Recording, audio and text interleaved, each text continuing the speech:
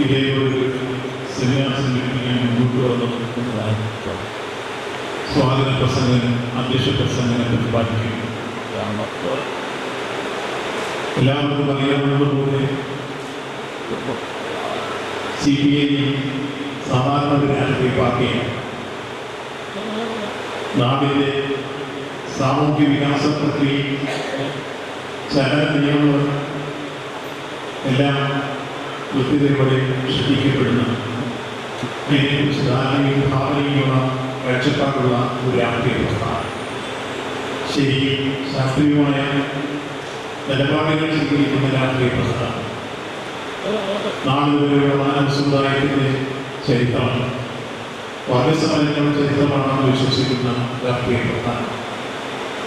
അതുകൊണ്ട് തന്നെ എല്ലാ വിഷയങ്ങളെ സംബന്ധിച്ച് പൊതുവെ പഠിച്ചും പരിശോധിച്ചും അത് സംബന്ധിച്ച ദീർഘവീക്ഷണവും ഭാവനാസമ്പന്നമായ കാഴ്ചപ്പാടുകൾ ഉയർത്തിയുമാണ് മഹത്തായ ഈ പ്രസ്ഥാനം അതിൻ്റെ ഭാവി പ്രവർത്തനങ്ങൾക്ക് രൂപവും ഭാവവുമില്ല.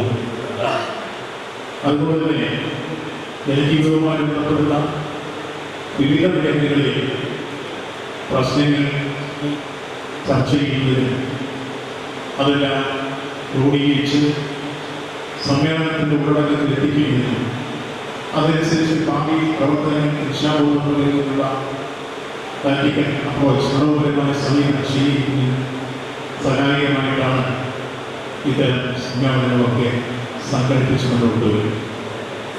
അത് ഏറ്റവും കാലിക പ്രാധാന്യമുള്ള വിഷയത്തെ ആസ്പദമാക്കിയാണ് ഈ നാളിൽ നടക്കുന്ന സ്വരം എന്ന് നിങ്ങൾ പഠിക്കും. സഹകരണ മേഖല നേരിടുന്ന വെല്ലുവിളികളും പ്രതിരോധവും സഹകരണ മേഖലയുടെ ആവിർഭാവത്തിന് നമ്മുടെ സംസ്ഥാന തലത്തിൽ നിന്നുകൊണ്ടോ ദേശീയ തലത്തിൽ നിന്നുകൊണ്ടോ മാത്രമല്ല കാണാൻ ആഗോളതലത്തിൽ തന്നെ ഏറ്റവും പ്രയാസങ്ങളുടെ കാലഘട്ടത്തിൽ ലോകം തുടരുന്ന ഏറ്റവും സുപ്രധാനമായ ആശയങ്ങളിലൊന്നാണ് റോബർട്ട് റൂബൻ എന്ന വിജ്ഞാതാവിൻ്റെ അർത്ഥപൂർണമായ ചിന്തകളിലുള്ളതാണ്. എല്ലാവരും ഓരോരുത്തർക്കും വേണ്ടി, ഓരോരുത്തരും എല്ലാവർക്കും വേണ്ടി എന്ന ആശയം ഉയർത്തിക്കൊണ്ടുള്ള അർത്ഥപൂർണമായ കാഴ്ചപ്പാട് സഹകരണം എന്ന ആശയം മുന്നോട്ട് പോകും. അതിന് ആഗോള വീക്ഷണം അതിനെ ഏറ്റവും നല്ല സൂചനകളാണ്.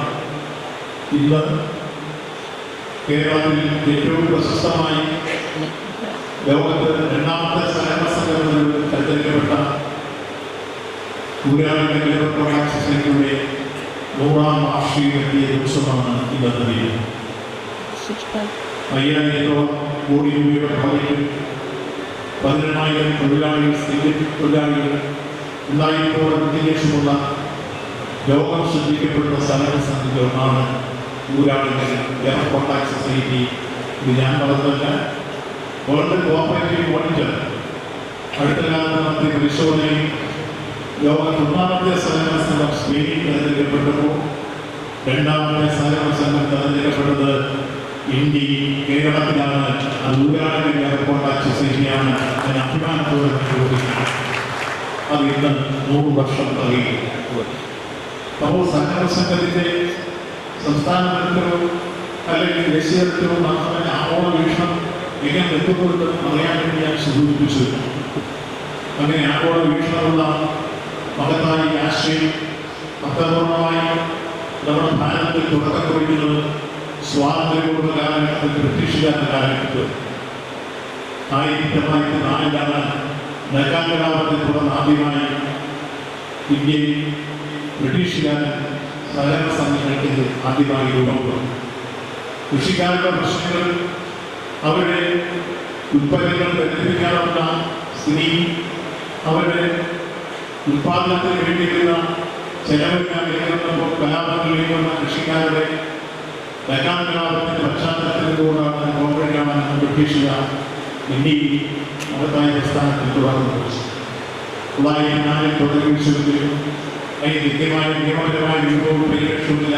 1912 ഇന്ത്യയോട് ശേഷം മുന്നോട്ടുള്ള പ്രയാണത്തിൽ പല ഘട്ടങ്ങളിൽ ഇന്ത്യയുടെ ഉത്തർപ്രദേശിൽ സഹകരണ പ്രസ്ഥാനത്തിൻ്റെ പ്രവർത്തനങ്ങൾ വ്യാപിച്ചു മുന്നോട്ട് കൊണ്ടുവരുന്നു. കേരളത്തിൽ നമുക്ക് ആദ്യഘട്ടങ്ങളിൽ ഉണ്ടാകുന്നത് മദ്രാശി കേന്ദ്രീകരിച്ച് ആക്ടുമായി ബന്ധപ്പെട്ടായിരിക്കും നമ്മുടെ രജിസ്ട്രേഷൻ.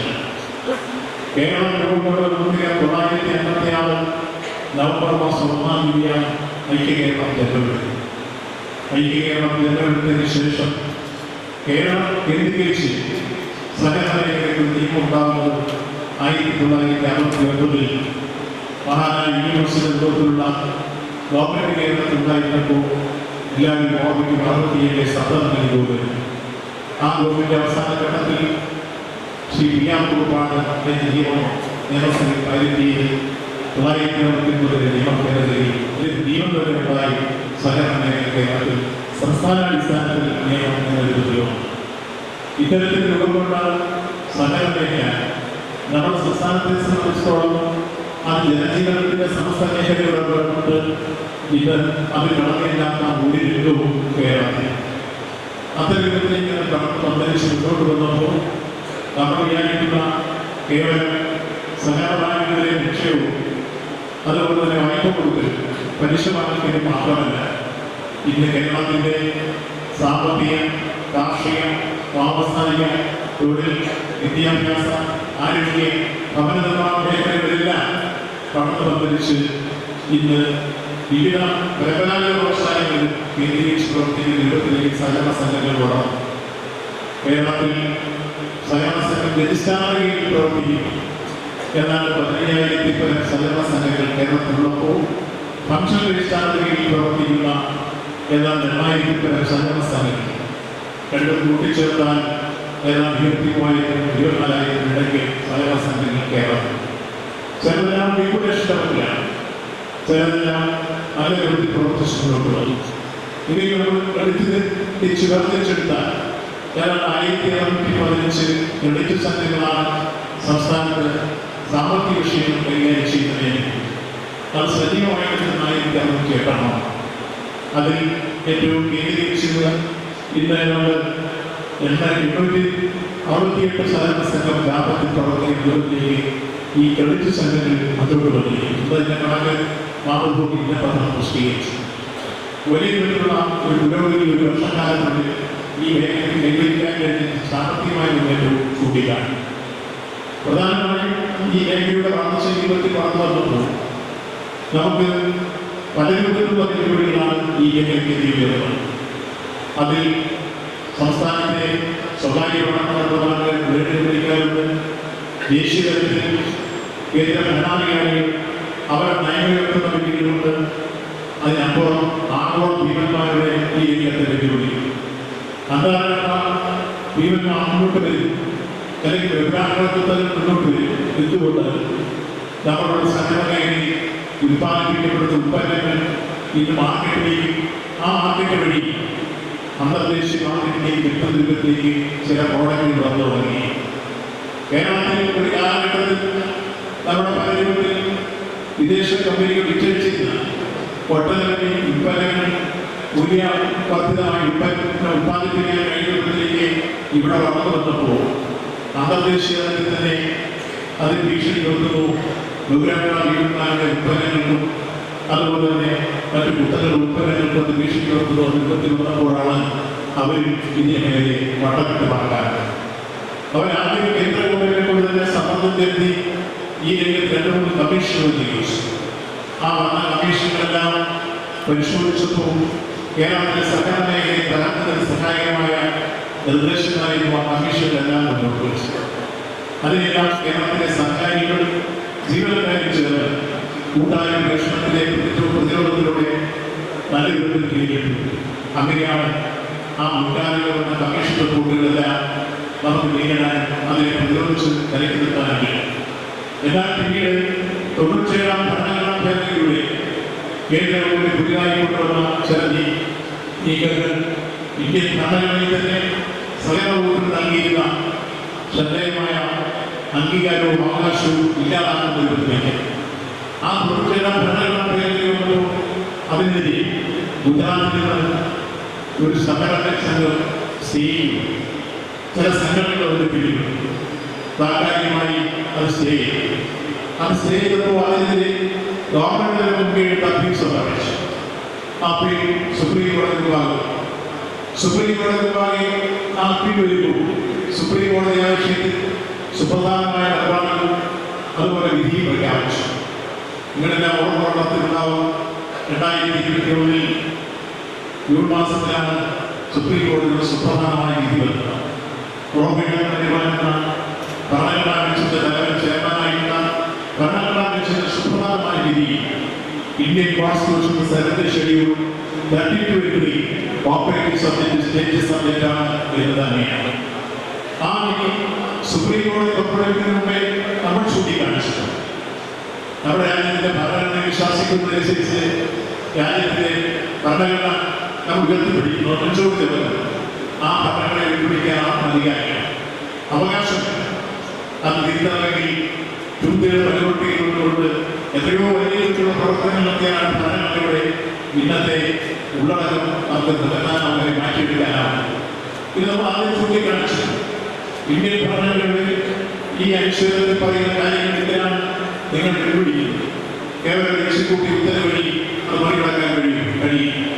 അതുകൊണ്ട് രാജ്യത്തിന്റെ ഭരണഘടനയും സുപ്രീം കോടതി ഒരുപോലെ ഒരേ രൂപത്തിൽ തന്നെ ഈ കാര്യത്തിൽ അഭിപ്രായ പ്രകടനം നടത്തി. ഇന്ത്യൻ കോൺസ്റ്റിറ്റ്യൂഷന്റെ 7th schedule 32 operating subject state subject ആണ്.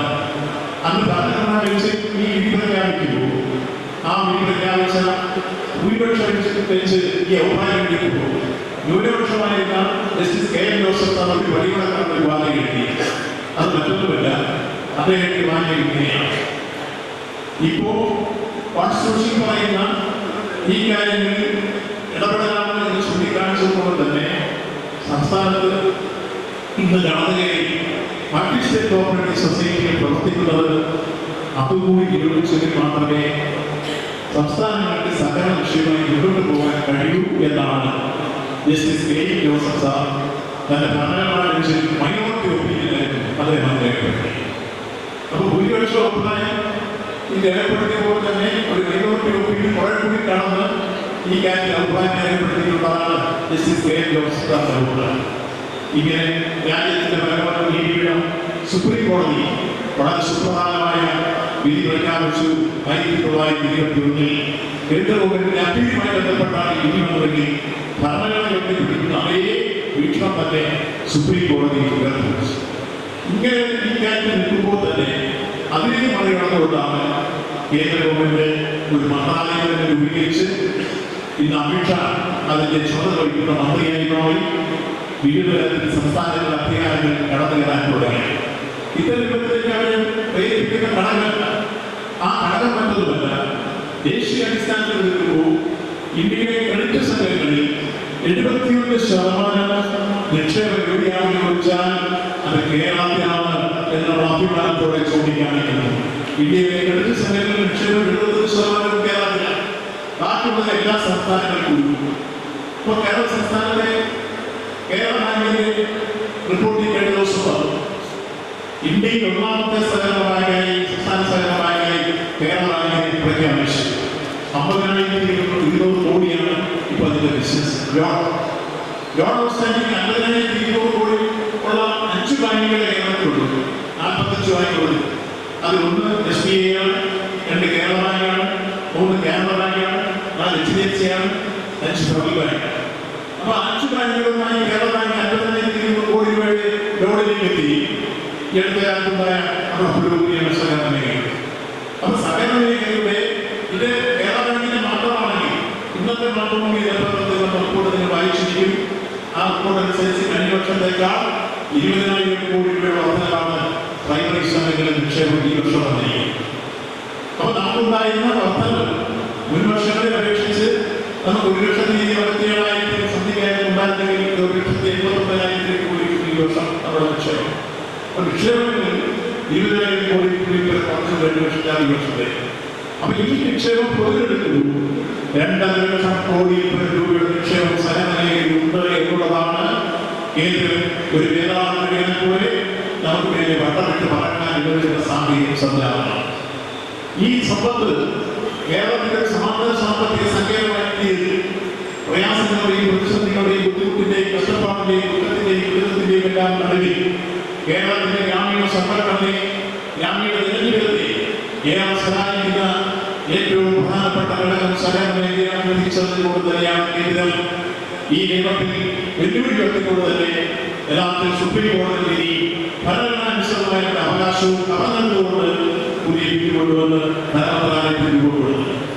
എന്നിട്ട് ഇപ്പോൾ ചെയ്യുന്നത് ഇപ്പൊ കേരളത്തിൽ 158ഓളം കേന്ദ്രത്തിലെ വിവിധ സംസ്ഥാനങ്ങളിൽ രജിസ്റ്റർ ചെയ്യപ്പെട്ടതിനു ശേഷം സഹകരണമായി വരുന്ന മൾട്ടി സ്റ്റേറ്റ് കോഓപ്പറേറ്റീവ് സൊസൈറ്റീസിന്റെ പ്രവർത്തനം കേരളത്തിൽ ആരംഭിച്ചു. അവർക്ക് ഏതെങ്കിലും നിയമങ്ങളുണ്ട്, അവർക്ക് കേരളത്തിന്റെ വിശാലമായിട്ടുള്ള ഇൻസ്പെക്ഷൻ നടത്താൻ അധികാരമില്ല. അവർ കേരളത്തിന്റെ ഗ്രാമീണമുള്ളതുകൊണ്ട് മനുഷ്യനുമായി തമ്മിലുള്ള പരിധിയുമില്ല. അവർ തോന്നിയത് പോലെ മനുഷ്യൻ നിക്ഷേപത്തിന് കൊടുക്കുന്നു, തോന്നിയ പോലെ വൈദ്യുതി ഈടാക്കുന്നു, തോന്നിയ പോലെ ഈ കാര്യം പണം മറ്റൊരു ചെലവഴിക്കും.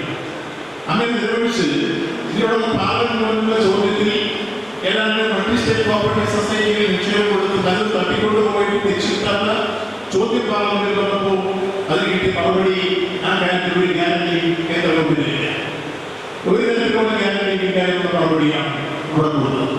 അപ്പൊ കേന്ദ്രം ഈ കാര്യത്തിൽ നമ്മുടെ ഈ മേഖലയെ എങ്ങനെ തകർക്കാം എന്നാലോചിച്ചുകൊണ്ട് ഇവിടെ വരുന്ന നിക്ഷേപങ്ങളെ എങ്ങനെ തിരിച്ചുവിടാം എന്ന കാഴ്ചപ്പാടിലൂടെയാണ് മൾട്ടി സ്റ്റേറ്റ് കോഓപ്പറേറ്റീവ് സൊസൈറ്റി രൂപം കൊടുത്തു.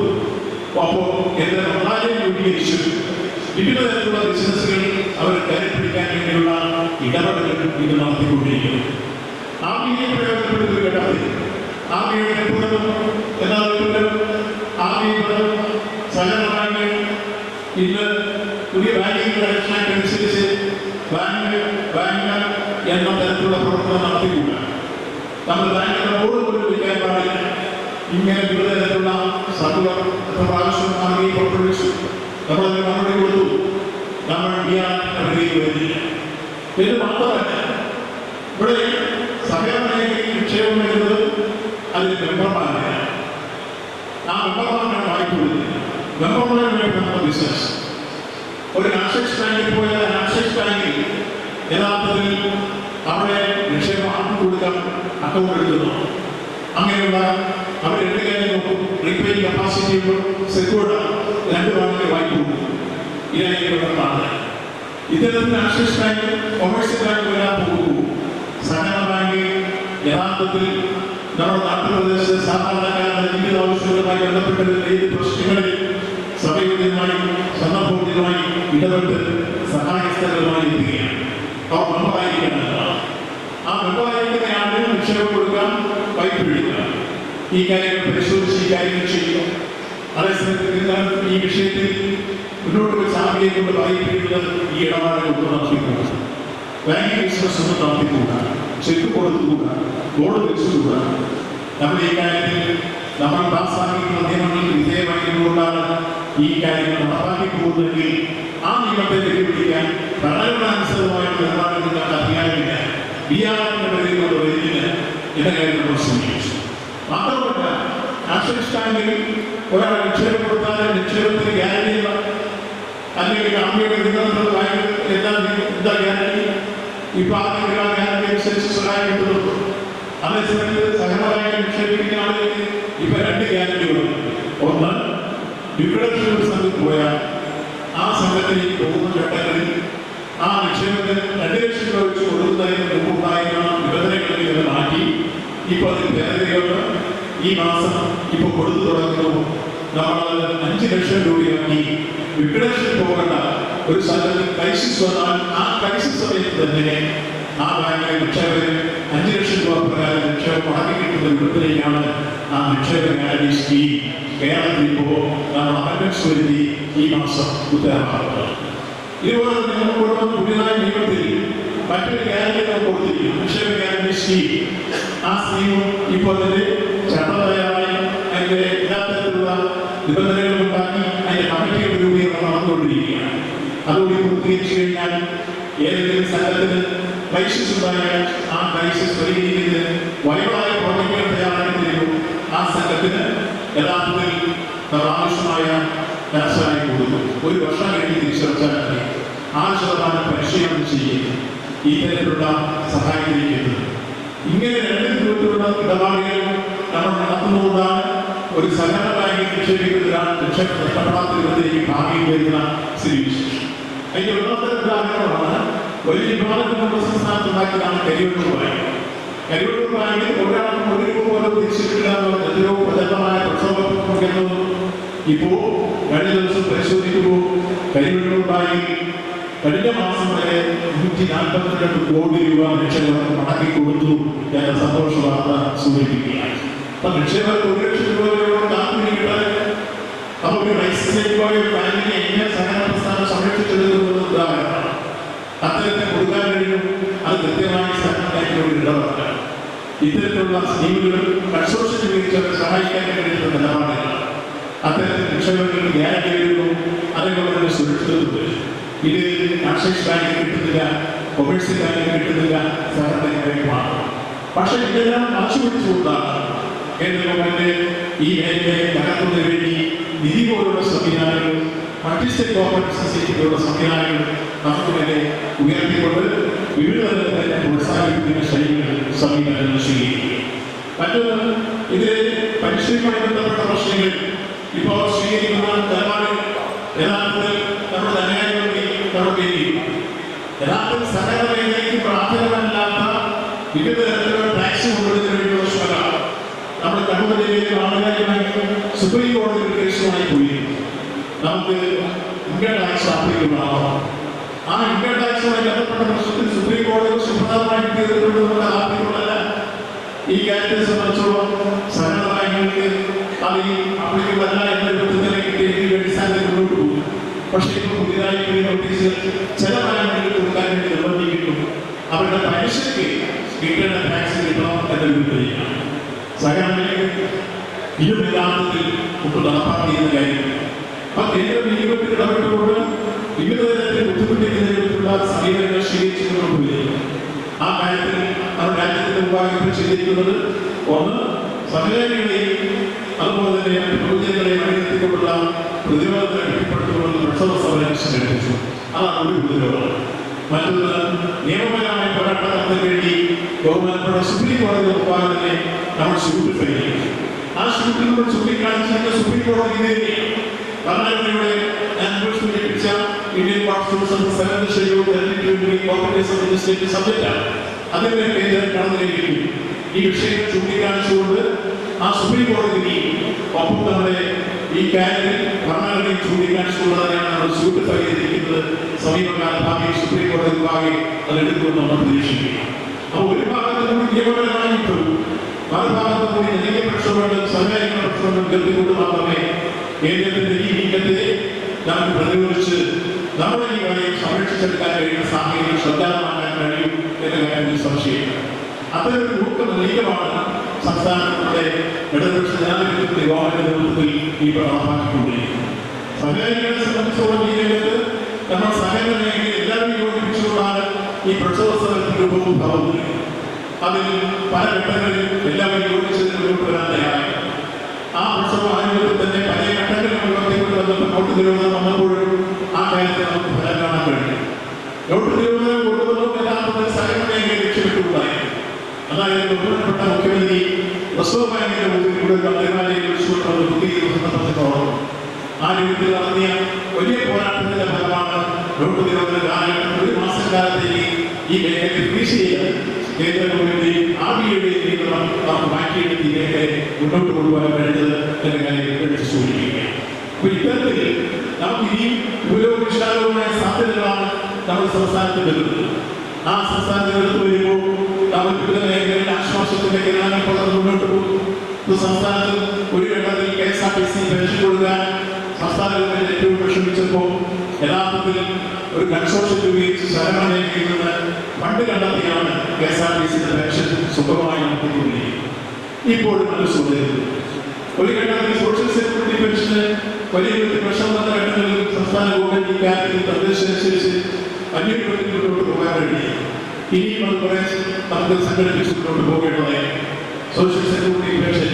അപ്പൊ ഇത്തരത്തിലുള്ള പ്രവർത്തനങ്ങൾ ഒരു ഭാഗത്ത് കൂടി നടക്കുമ്പോൾ തന്നെ നമ്മുടെ നാട്ടിലുണ്ടാകുന്ന ഏത് തരത്തിലുള്ള പ്രയാസങ്ങളുടെയും ദുഃഖത്തിന്റെയും ദുരിതത്തിന്റെയും നടുവിൽ ആരാണ് നടുവിൽ. ഇപ്പൊ 2015 പ്രളയമാണ്. ആ പ്രളയമുണ്ടായ ഘട്ടത്തിൽ നമ്മുടെ സംസ്ഥാനത്ത് വീട് നഷ്ടപ്പെട്ടവർക്ക് വീട് വെച്ചു കൊടുക്കാൻ സകലമേഖല എയർപോർട്ട് പദ്ധതിയുമായി മുന്നോട്ട് വന്നപ്പോൾ 2300 വീടുകളാണ് വീടില്ലാത്തവർക്ക് സൗജന്യമായി സകലമേഖല വെച്ചു. മറ്റേ മേഖല വെച്ചു കോവിഡ് കാലഘട്ടം കമ്മ്യൂണിറ്റി കിച്ചൺ നടന്നെങ്കിൽ പ്രധാനമായും ശ്രമത്തിലൂടെ വലിയ ആശ്വാസങ്ങൾ തന്നെ. നമ്മുടെ വിദ്യാഭ്യാസത്തിന്റെ ഓൺലൈൻ വിദ്യാഭ്യാസമാണ്. പലിശയുടെ വായ്പ കൊടുക്കണം, നമ്മുടെ തുണയിൽ വാങ്ങാൻ ടാബ് വാങ്ങാൻ എന്ന വിധത്തിൽ നിർദ്ദേശിക്കപ്പെട്ടപ്പോൾ നമ്മുടെ സംസ്ഥാനത്ത് സഹകരണ മേഖലയല്ലാതെ ഒരു മേഖലയിൽ ഒരു നയാ പലിശയുടെ വായ്പ കൊടുത്തില്ല. നോക്കൂ, സാമൂഹ്യ പ്രതിബദ്ധതയില്ല. എത്ര കൊടുക്കുകയാണ് അത് പലിശയുടെ വായ്പ സഹകരണങ്ങളോട്? ഇപ്പൊ ഏറ്റവും അവസാനമായി ചൂണ്ടിക്കാണിക്കുന്നു നമ്മുടെ വയനാട് ദുരന്തം.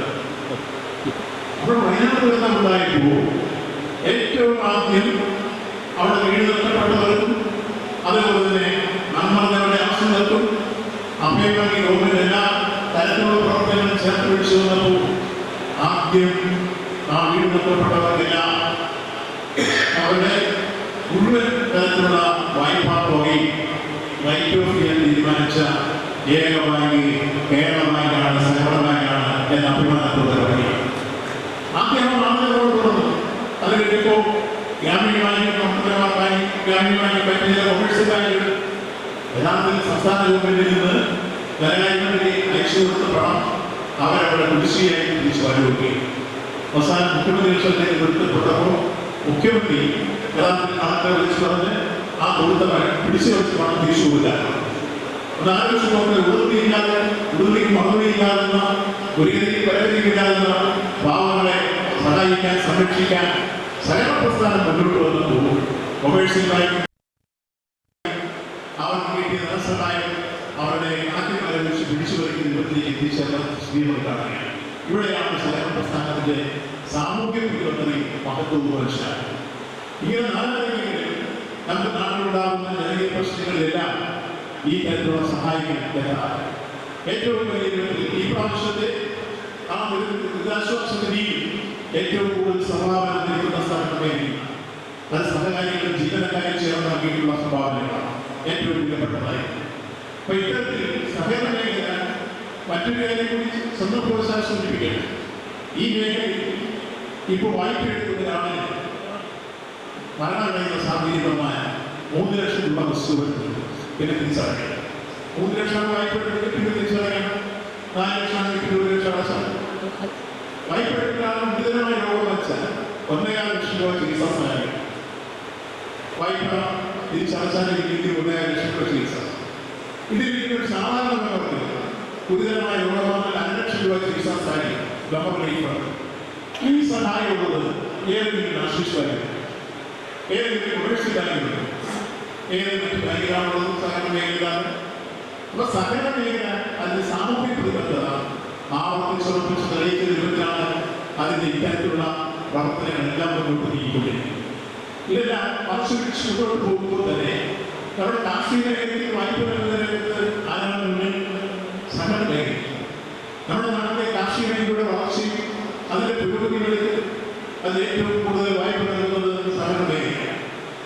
ഈ രണ്ട് മേഖലകളുടെ ബന്ധം അഭിനവ ബന്ധമാണ്. സഹകരണ മേഖലയിൽ കൂടി കാർഷിക മേഖലയിൽ, കാർഷിക മേഖലയിൽ കൂടി സഹകരണ മേഖല. ഇപ്പോൾ ജൈവ വൈവിധ്യങ്ങൾ ഉപയോഗിച്ച് ഉത്പാദിപ്പിക്കുന്ന ഉൽപ്പന്നങ്ങൾ 14 ജില്ലകളിൽ നമ്മൾ കേന്ദ്രീകരിച്ചുകൊണ്ട് നടത്താൻ ആ മേഖലയിലെ മുന്നേറ്റമാണ്.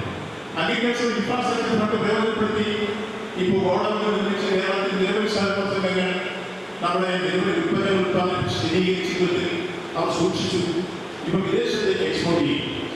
ഈ കഴിഞ്ഞ മാസം കൊച്ചിയിൽ നിന്ന് ഒരു ഷിപ്പിൽ 12 ടണ്ണോളം ഉൽപ്പന്നങ്ങൾ സഹകരണങ്ങൾ ഫ്ലൈ ഓഫ് ചെയ്യുന്ന കൂടിയാണ്. അതിൽ തേയിലയുണ്ട്, വെളിച്ചെണ്ണയുണ്ട്, വാട്ടുകപ്പയുണ്ട്, അതുപോലെ ചിപ്സുണ്ട്. ഇങ്ങനെ നാനാതരത്തിലുള്ള മൂല്യവർദ്ധിത ഉൽപ്പന്നങ്ങൾ സഹകരണങ്ങളുണ്ടാകും. സഹകരണങ്ങളിൽ 400 ഉൽപ്പന്നങ്ങളാണ് ഉത്പാദിപ്പിക്കുന്നത്. നമ്മുടെ വായ്പ കൊടുക്കുന്ന പരിശ്രമങ്ങൾ മാത്രമല്ല, എത്രയോ വലിയ രൂപത്തിലാണ് ആ കാർഷിക മേഖലയുടെ മൂല്യവർദ്ധിത ഉൽപ്പന്നങ്ങൾ ഉത്പാദിപ്പിക്കുന്നത്. ഇത്തരം ഉൽപ്പന്നങ്ങൾ ഇപ്പോൾ ആഗോള മാർക്കറ്റിലേക്ക് പോകാൻ തുടങ്ങി. അമേരിക്കയിലേക്കാണ് 2 ദിവസം കയറ്റി. രണ്ടാമത്തെ ഷിപ്പ് പോയപ്പോൾ ഗൾഫ് നാടുകളിൽ അങ്ങനെ ഉൽപ്പന്നങ്ങൾ കയറ്റി അയക്കാൻ തുടങ്ങി. ഇതെല്ലാം നമ്മുടെ രാജ്യത്തെ പൗരന്മാരെ വിഷമിപ്പിക്കുകയും അത് തൊടിപ്പിക്കുകയും ചെയ്ത സംഭവങ്ങളായി ഭരണഘടനയുടെ ഈ വളർച്ചയിൽ. അതുപോലെ തന്നെ ആശുപത്രിയിലെ നമ്മുടെ അധ്യക്ഷൻ NS ആശുപത്രിയിലെ പ്രസിഡന്റാണ്. എല്ലാ വർഷവും അവാർഡ് വാങ്ങിക്കുന്നതാണ്. സംസ്ഥാനത്തെ സഹകരണ ആശുപത്രി എന്ന് ചോദിച്ചാൽ അത് കൊല്ലം NS മെമ്മോറിയൽ സഹകരണ ആശുപത്രിയാണ് എന്നാണ് അഭിമാനപ്പെടുന്നത്. എന്തുകൊണ്ടാണ് അതിന് ഓരോ തരത്തിലും കൃത്യമായി അതിന്റെ ഗുണം നിങ്ങൾ മനസ്സിലാക്കണമെങ്കിൽ 208 സഹകരണ ആശുപത്രികൾ കേരളത്തിൽ പ്രവർത്തിക്കും. ഇപ്പോൾ പൊതുമേഖലയും സഹകരണ മേഖലയും കഴിഞ്ഞ് സ്വകാര്യ മേഖലയിൽ വരുന്നു. തമ്മിലുള്ള വ്യത്യാസമല്ല. ഇപ്പൊ പൊതുമേഖലയും സ്വകാര്യ മേഖലയും ചാർജുകളുടെ കാര്യത്തിൽ ഏതാണ്ട് പൊതുമേഖലയിൽ 40 കിടാക്കുന്നത് അല്പം കൂടുതൽ പേരെയും സഹകരണ മേഖല. പക്ഷേ സ്വകാര്യ മേഖലയുടെ ഇല്ല. ഏത് ചികിത്സ എടുത്തു ഞാൻ കണക്കില്ലാൻ തന്നെ ഒരിക്കലും എസ്റ്റിമേറ്റ് കമ്മിറ്റി അംഗമായി എല്ലാ മെഡിക്കൽ കോളേജിൽ പോയി കണക്കെടുത്തതാണ്. അങ്ങനെ കണക്കെടുത്തപ്പോൾ കണ്ടുവരികയും നമ്മുടെ സർക്കാർ മെഡിക്കൽ കോളേജിലും സഹകരണ മെഡിക്കൽ കോളേജിലും 100 ആഴ്ചകളെ ചെയ്യാൻ ആ 100 ആഴ്ചകളാണെങ്കിലും ഒരു 88 വാദം തിരികെ വരും. ഒന്നുകിൽ പ്രൈമറി ആൻജിയോപ്ലാസ്റ്റി, അല്ലെങ്കിൽ ബൈപ്പാസ് സർജറി, അല്ലെങ്കിൽ വാൽവ് റീപ്ലേസ്, അല്ലെങ്കിൽ ഓപ്പൺ ഹാർട്ട് സർജറി, ഇങ്ങനെ ഏതെങ്കിലും വികസിക്കും.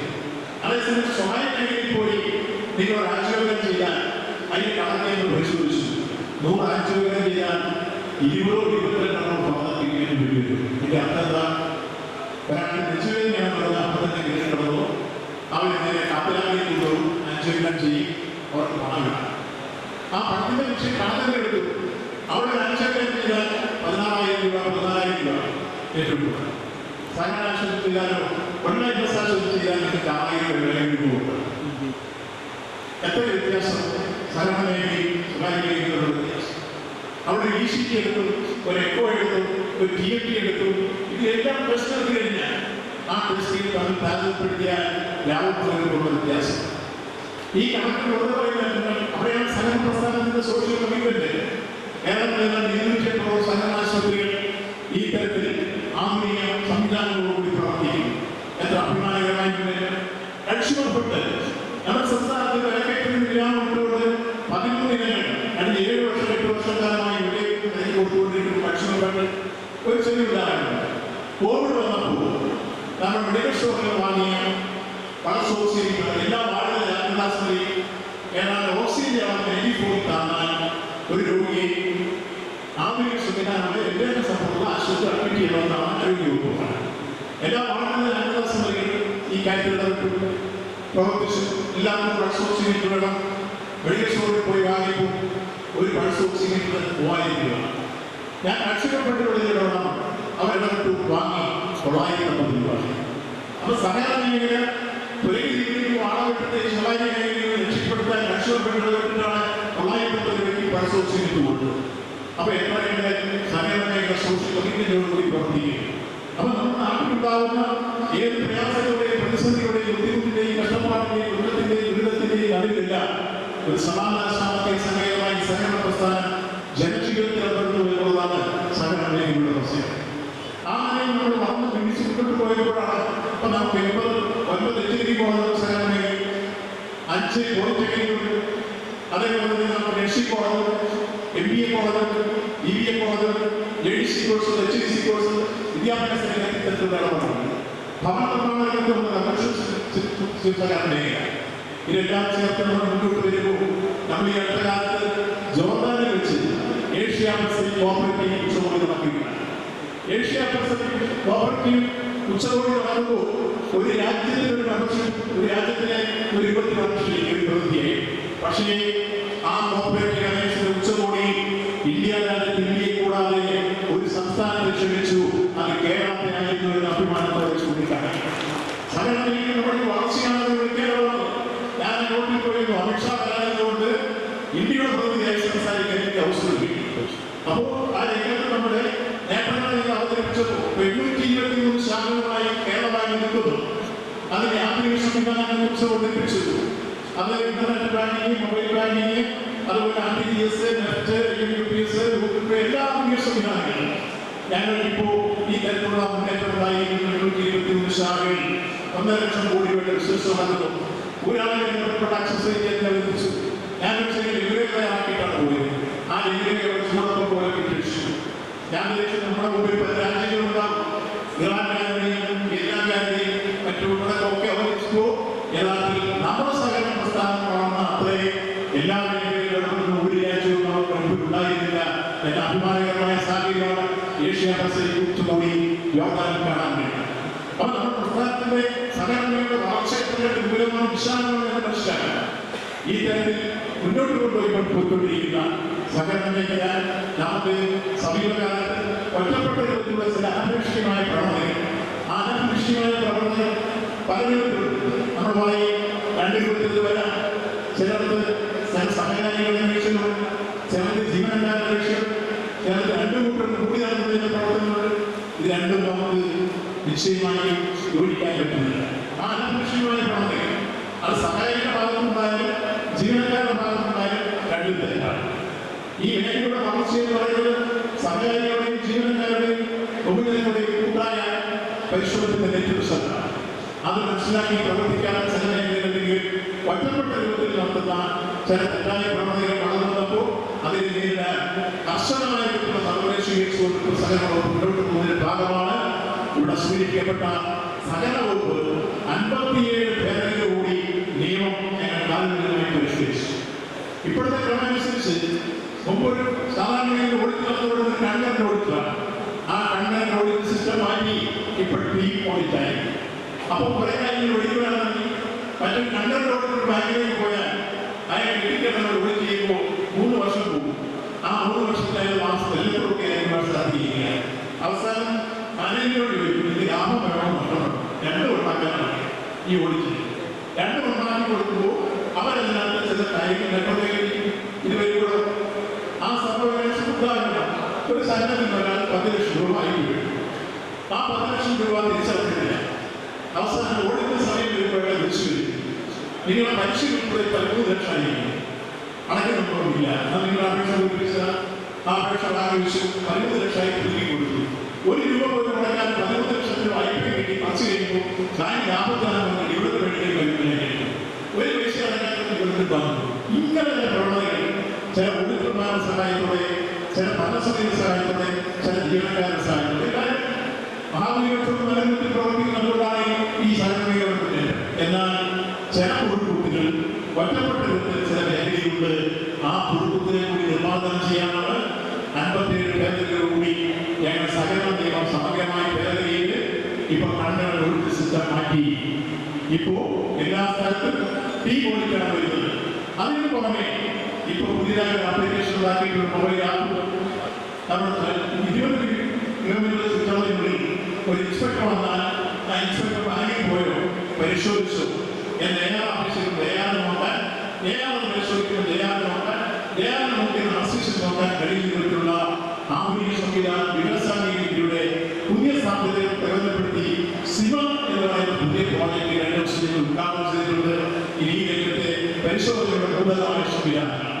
അതോടൊപ്പം തന്നെ കോപ്പറേറ്റീവ് ഓഡിറ്റ് ഇൻഫർമേഷൻ സിസ്റ്റം ഞങ്ങൾ കൃത്യമായി നടപ്പാക്കുന്നതിന് വേണ്ടി കൊണ്ടുവരുന്നു. അത് കൂട്ടിച്ചേർന്നുകൊണ്ട് പുതിയ രൂപത്തിലുള്ള പരിശോധനകൾ നടത്തി വരുന്നു. അതിന്റെ ഫലമായി ചിലതെല്ലാം പിടിക്കാൻ കഴിയുന്നു. അത്തരം പിടിക്കപ്പെട്ടതിനെയൊക്കെ തന്നെ നമുക്ക് നടപടി കൊണ്ടുവരാൻ വേണ്ടിയുള്ള നീക്കങ്ങൾ. അപ്പൊ അതിൽ എല്ലാ സംഭവമാണ് അപൂർവ ചില സമയങ്ങളാണ് സംഭവിക്കുക. അങ്ങനെ സംഭവിക്കുന്നതിനെ കൂടി നടപടി കൊണ്ടുവരാൻ സഹായിക്കുന്നതിനാണ് നിയമം ഭേദഗതിയിൽ നമ്മൾ ഇന്ന് സുതാര്യമായ പ്രവർത്തനം നിവർത്തിക്കൊണ്ടുവരാൻ സഹായിക്കുന്ന വിധത്തിലേക്കുള്ള നീക്കങ്ങൾക്ക് തുടക്കം കുറിച്ചിരിക്കുന്നത്. അതുകൊണ്ട് തന്നെ ഈ മേഖല വിവിധ തരത്തിലുള്ള പ്രശ്നങ്ങൾ മുന്നോട്ട് വരുമ്പോൾ നമ്മൾ ഈ മേഖലയിൽ നിക്ഷേപങ്ങൾ തോന്നിട്ടാലും വായ്പകൾ തോന്നിട്ടാലും വലിയ രീതിയിലുള്ള പുരോഗതി ഈ കാലഘട്ടത്തിൽ നമുക്ക് നേടാൻ കഴിഞ്ഞു.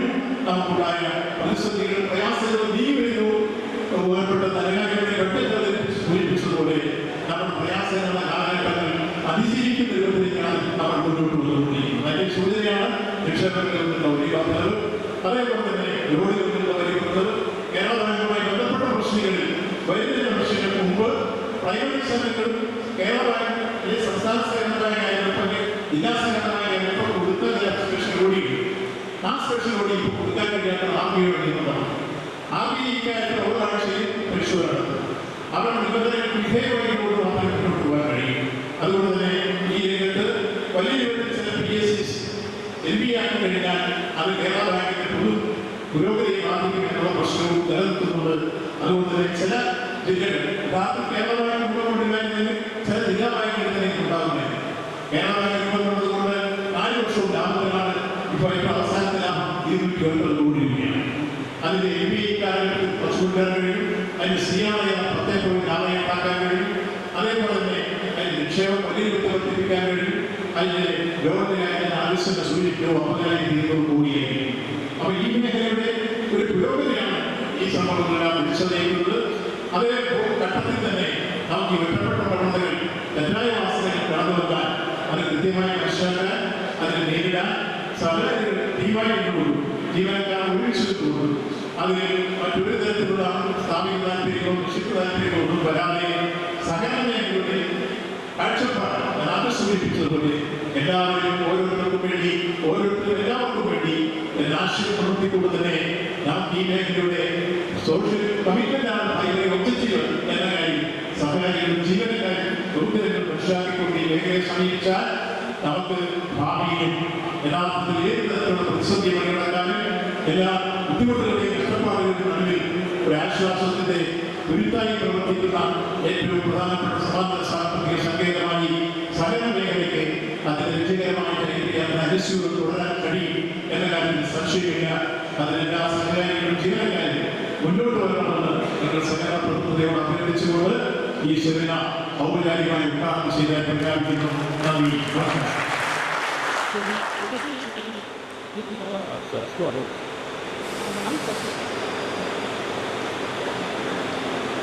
അടുത്തതായി ഈ പൊതുവിഷയങ്ങളുമായി എല്ലാം ബന്ധപ്പെട്ട് മുഖ്യ പ്രഭാഷണം നടത്തുന്ന വേദിയിലുള്ള ആദരണീയനായ ധനകാര്യമന്ത്രി നമ്മുടെ മുന്നിലേക്കായിട്ടുള്ള നേതാവിനെ ഞാൻ പറയുകയും അവരോട് ക്ഷണിക്കുകയും സഹകരണ ദേവസ്വം മന്ത്രി ഇവിടെ സംസാരിക്കാനായിട്ട് വിശിഷ്ടാതിഥികളുണ്ട്. ആ കാര്യത്തിൽ അതുപോലെ തന്നെ എൻ്റെ കാവ്യങ്ങൾ ഇവിടെ ഈ മേഖലയിൽ നോക്കുമ്പോൾ നമുക്ക് വേറെ തരത്തിലുള്ള പരിപാലനത്തിൽ ഞാനത് സംസാരിക്കുന്നില്ല. ഇത് മറ്റ് അധികം സംസാരിക്കും. സഹകരണ മേഖലയെ എല്ലാവരുടെയാണ് സംസാരിക്കും. സഹകരണ മേഖലയുടെ ലോക കാര്യങ്ങളും സംസാരിക്കുന്നതുകൊണ്ട് എല്ലാ പ്രിയമുള്ള സുഹൃത്തുക്കളെ സംബന്ധിച്ചിടത്തോളം സഹകരണ മേഖല ഏറ്റവും അധികം കാര്യങ്ങൾ ചെയ്യാൻ സാധ്യതയുള്ള മേഖലയാണ്. ആ മേഖലയെ എങ്ങനെ കൊണ്ട് നന്നായി ഉപയോഗിക്കാം എന്നുള്ളത് ചർച്ച ചെയ്യാനും ജനകീയമായി കാര്യങ്ങൾ ചെയ്യുന്നതിനെ പറ്റി ആലോചിക്കാനാണ് CPIയുടെ സംസ്ഥാന സമ്മേളനത്തിന്റെ പ്രവർത്തനങ്ങളുടെ ഭാഗമായി ഈ സെമിനാറുകൾ സംഘടിപ്പിച്ചത്. സഹകരണ മേഖലയ്ക്ക് തന്നെ വേണ്ടപ്പെട്ട സ്ഥലമാണ് നമ്മുടെ ഈ പ്രദേശമില്ല. ഇവിടെ പറഞ്ഞു എല്ലാ മേഖലയിലും പ്രവർത്തിക്കുന്ന ധാരാളം സ്ഥാപനങ്ങളുള്ള ഒരു രംഗമാണ്. ഏറ്റവും കൂടുതൽ അവതരിപ്പിച്ച സംസ്ഥാന ഗവൺമെന്റിന്റെ പഠിക്കുന്നില്ല. സഹകരണ ഭവനപദ്ധതിയിൽ പറഞ്ഞു സഹകരണ മേഖല മാത്രമല്ല സഹകരണ മേഖല ഹൗസിംഗ് പ്രദേശങ്ങളിലൊക്കെ അനുവദിച്ചില്ല. നമ്മുടെ നാട്ടിലും മറ്റു നാടുകളിലും ചേർന്ന മേഖലകളിലും ചെലവ് കുറഞ്ഞ ഭവന പദ്ധതിക്ക് ഏറ്റവും നല്ല മാതൃക സഹകരണ ഭവന പദ്ധതിയാണ് എന്നൊരു സ്കീം പറഞ്ഞു ചെയ്യുന്നത്. വലിയ വലിയ ചെറുതേറിയ വീടുകൾ ഉണ്ടാക്കുന്ന കാര്യങ്ങൾ ചെയ്യാൻ കഴിയുന്ന നിരവധി കാര്യങ്ങൾ ചെയ്യാമെന്നതാണ് ലോകത്തെ ഏറ്റവും വലിയ സഹകരണ പ്രസ്ഥാനങ്ങൾ ഒന്ന്. ഇവിടെ നേരത്തെ ഉദ്ഘാടനത്തിന്റെ കാര്യമാണ്.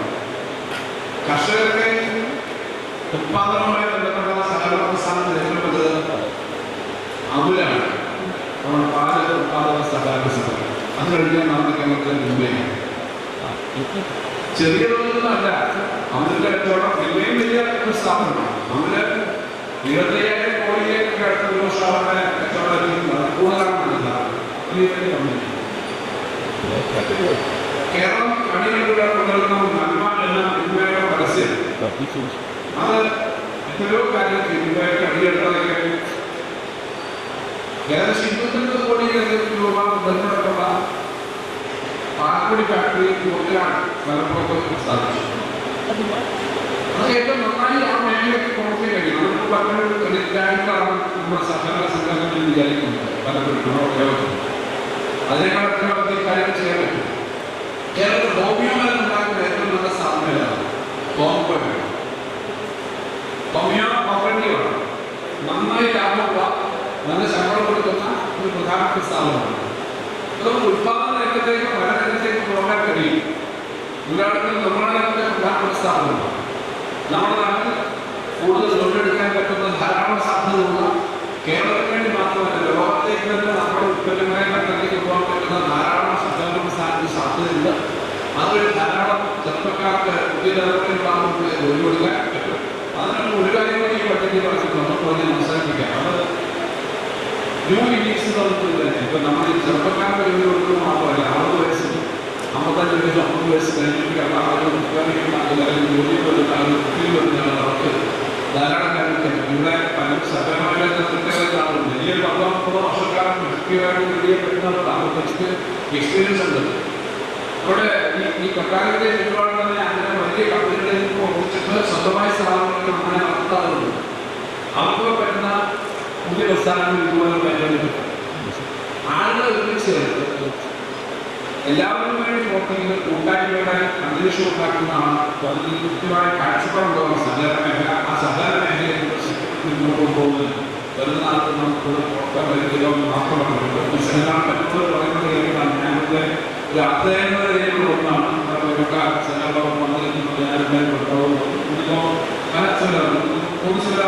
വിപുലമായ സെമിനാറുകൾ അധ്യയനത്തിൻ്റെ മാത്രമാണുള്ളത്. എല്ലാ ആശംസകളും ഈ സെമിനാറിൽ നിന്നുകൊണ്ട് സഹകരണ ശക്തിപ്പെടുത്താൻ മുന്നോട്ട് പോകുന്ന വിഷയം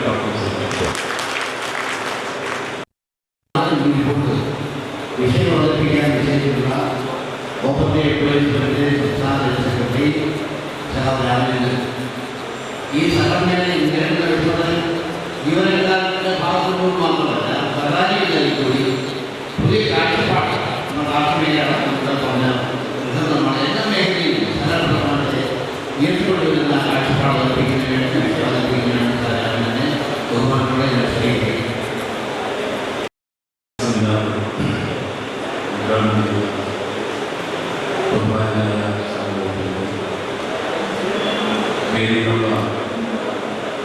കേരളത്തിൻ്റെ പ്രമുഖനായിട്ടുള്ള എല്ലാ സാമ്പത്തിക വളർച്ചയുണ്ടായിട്ടും കേരളത്തെ മുന്നോട്ട് നയിക്കാൻ വലിയ സംഭാവനകൾ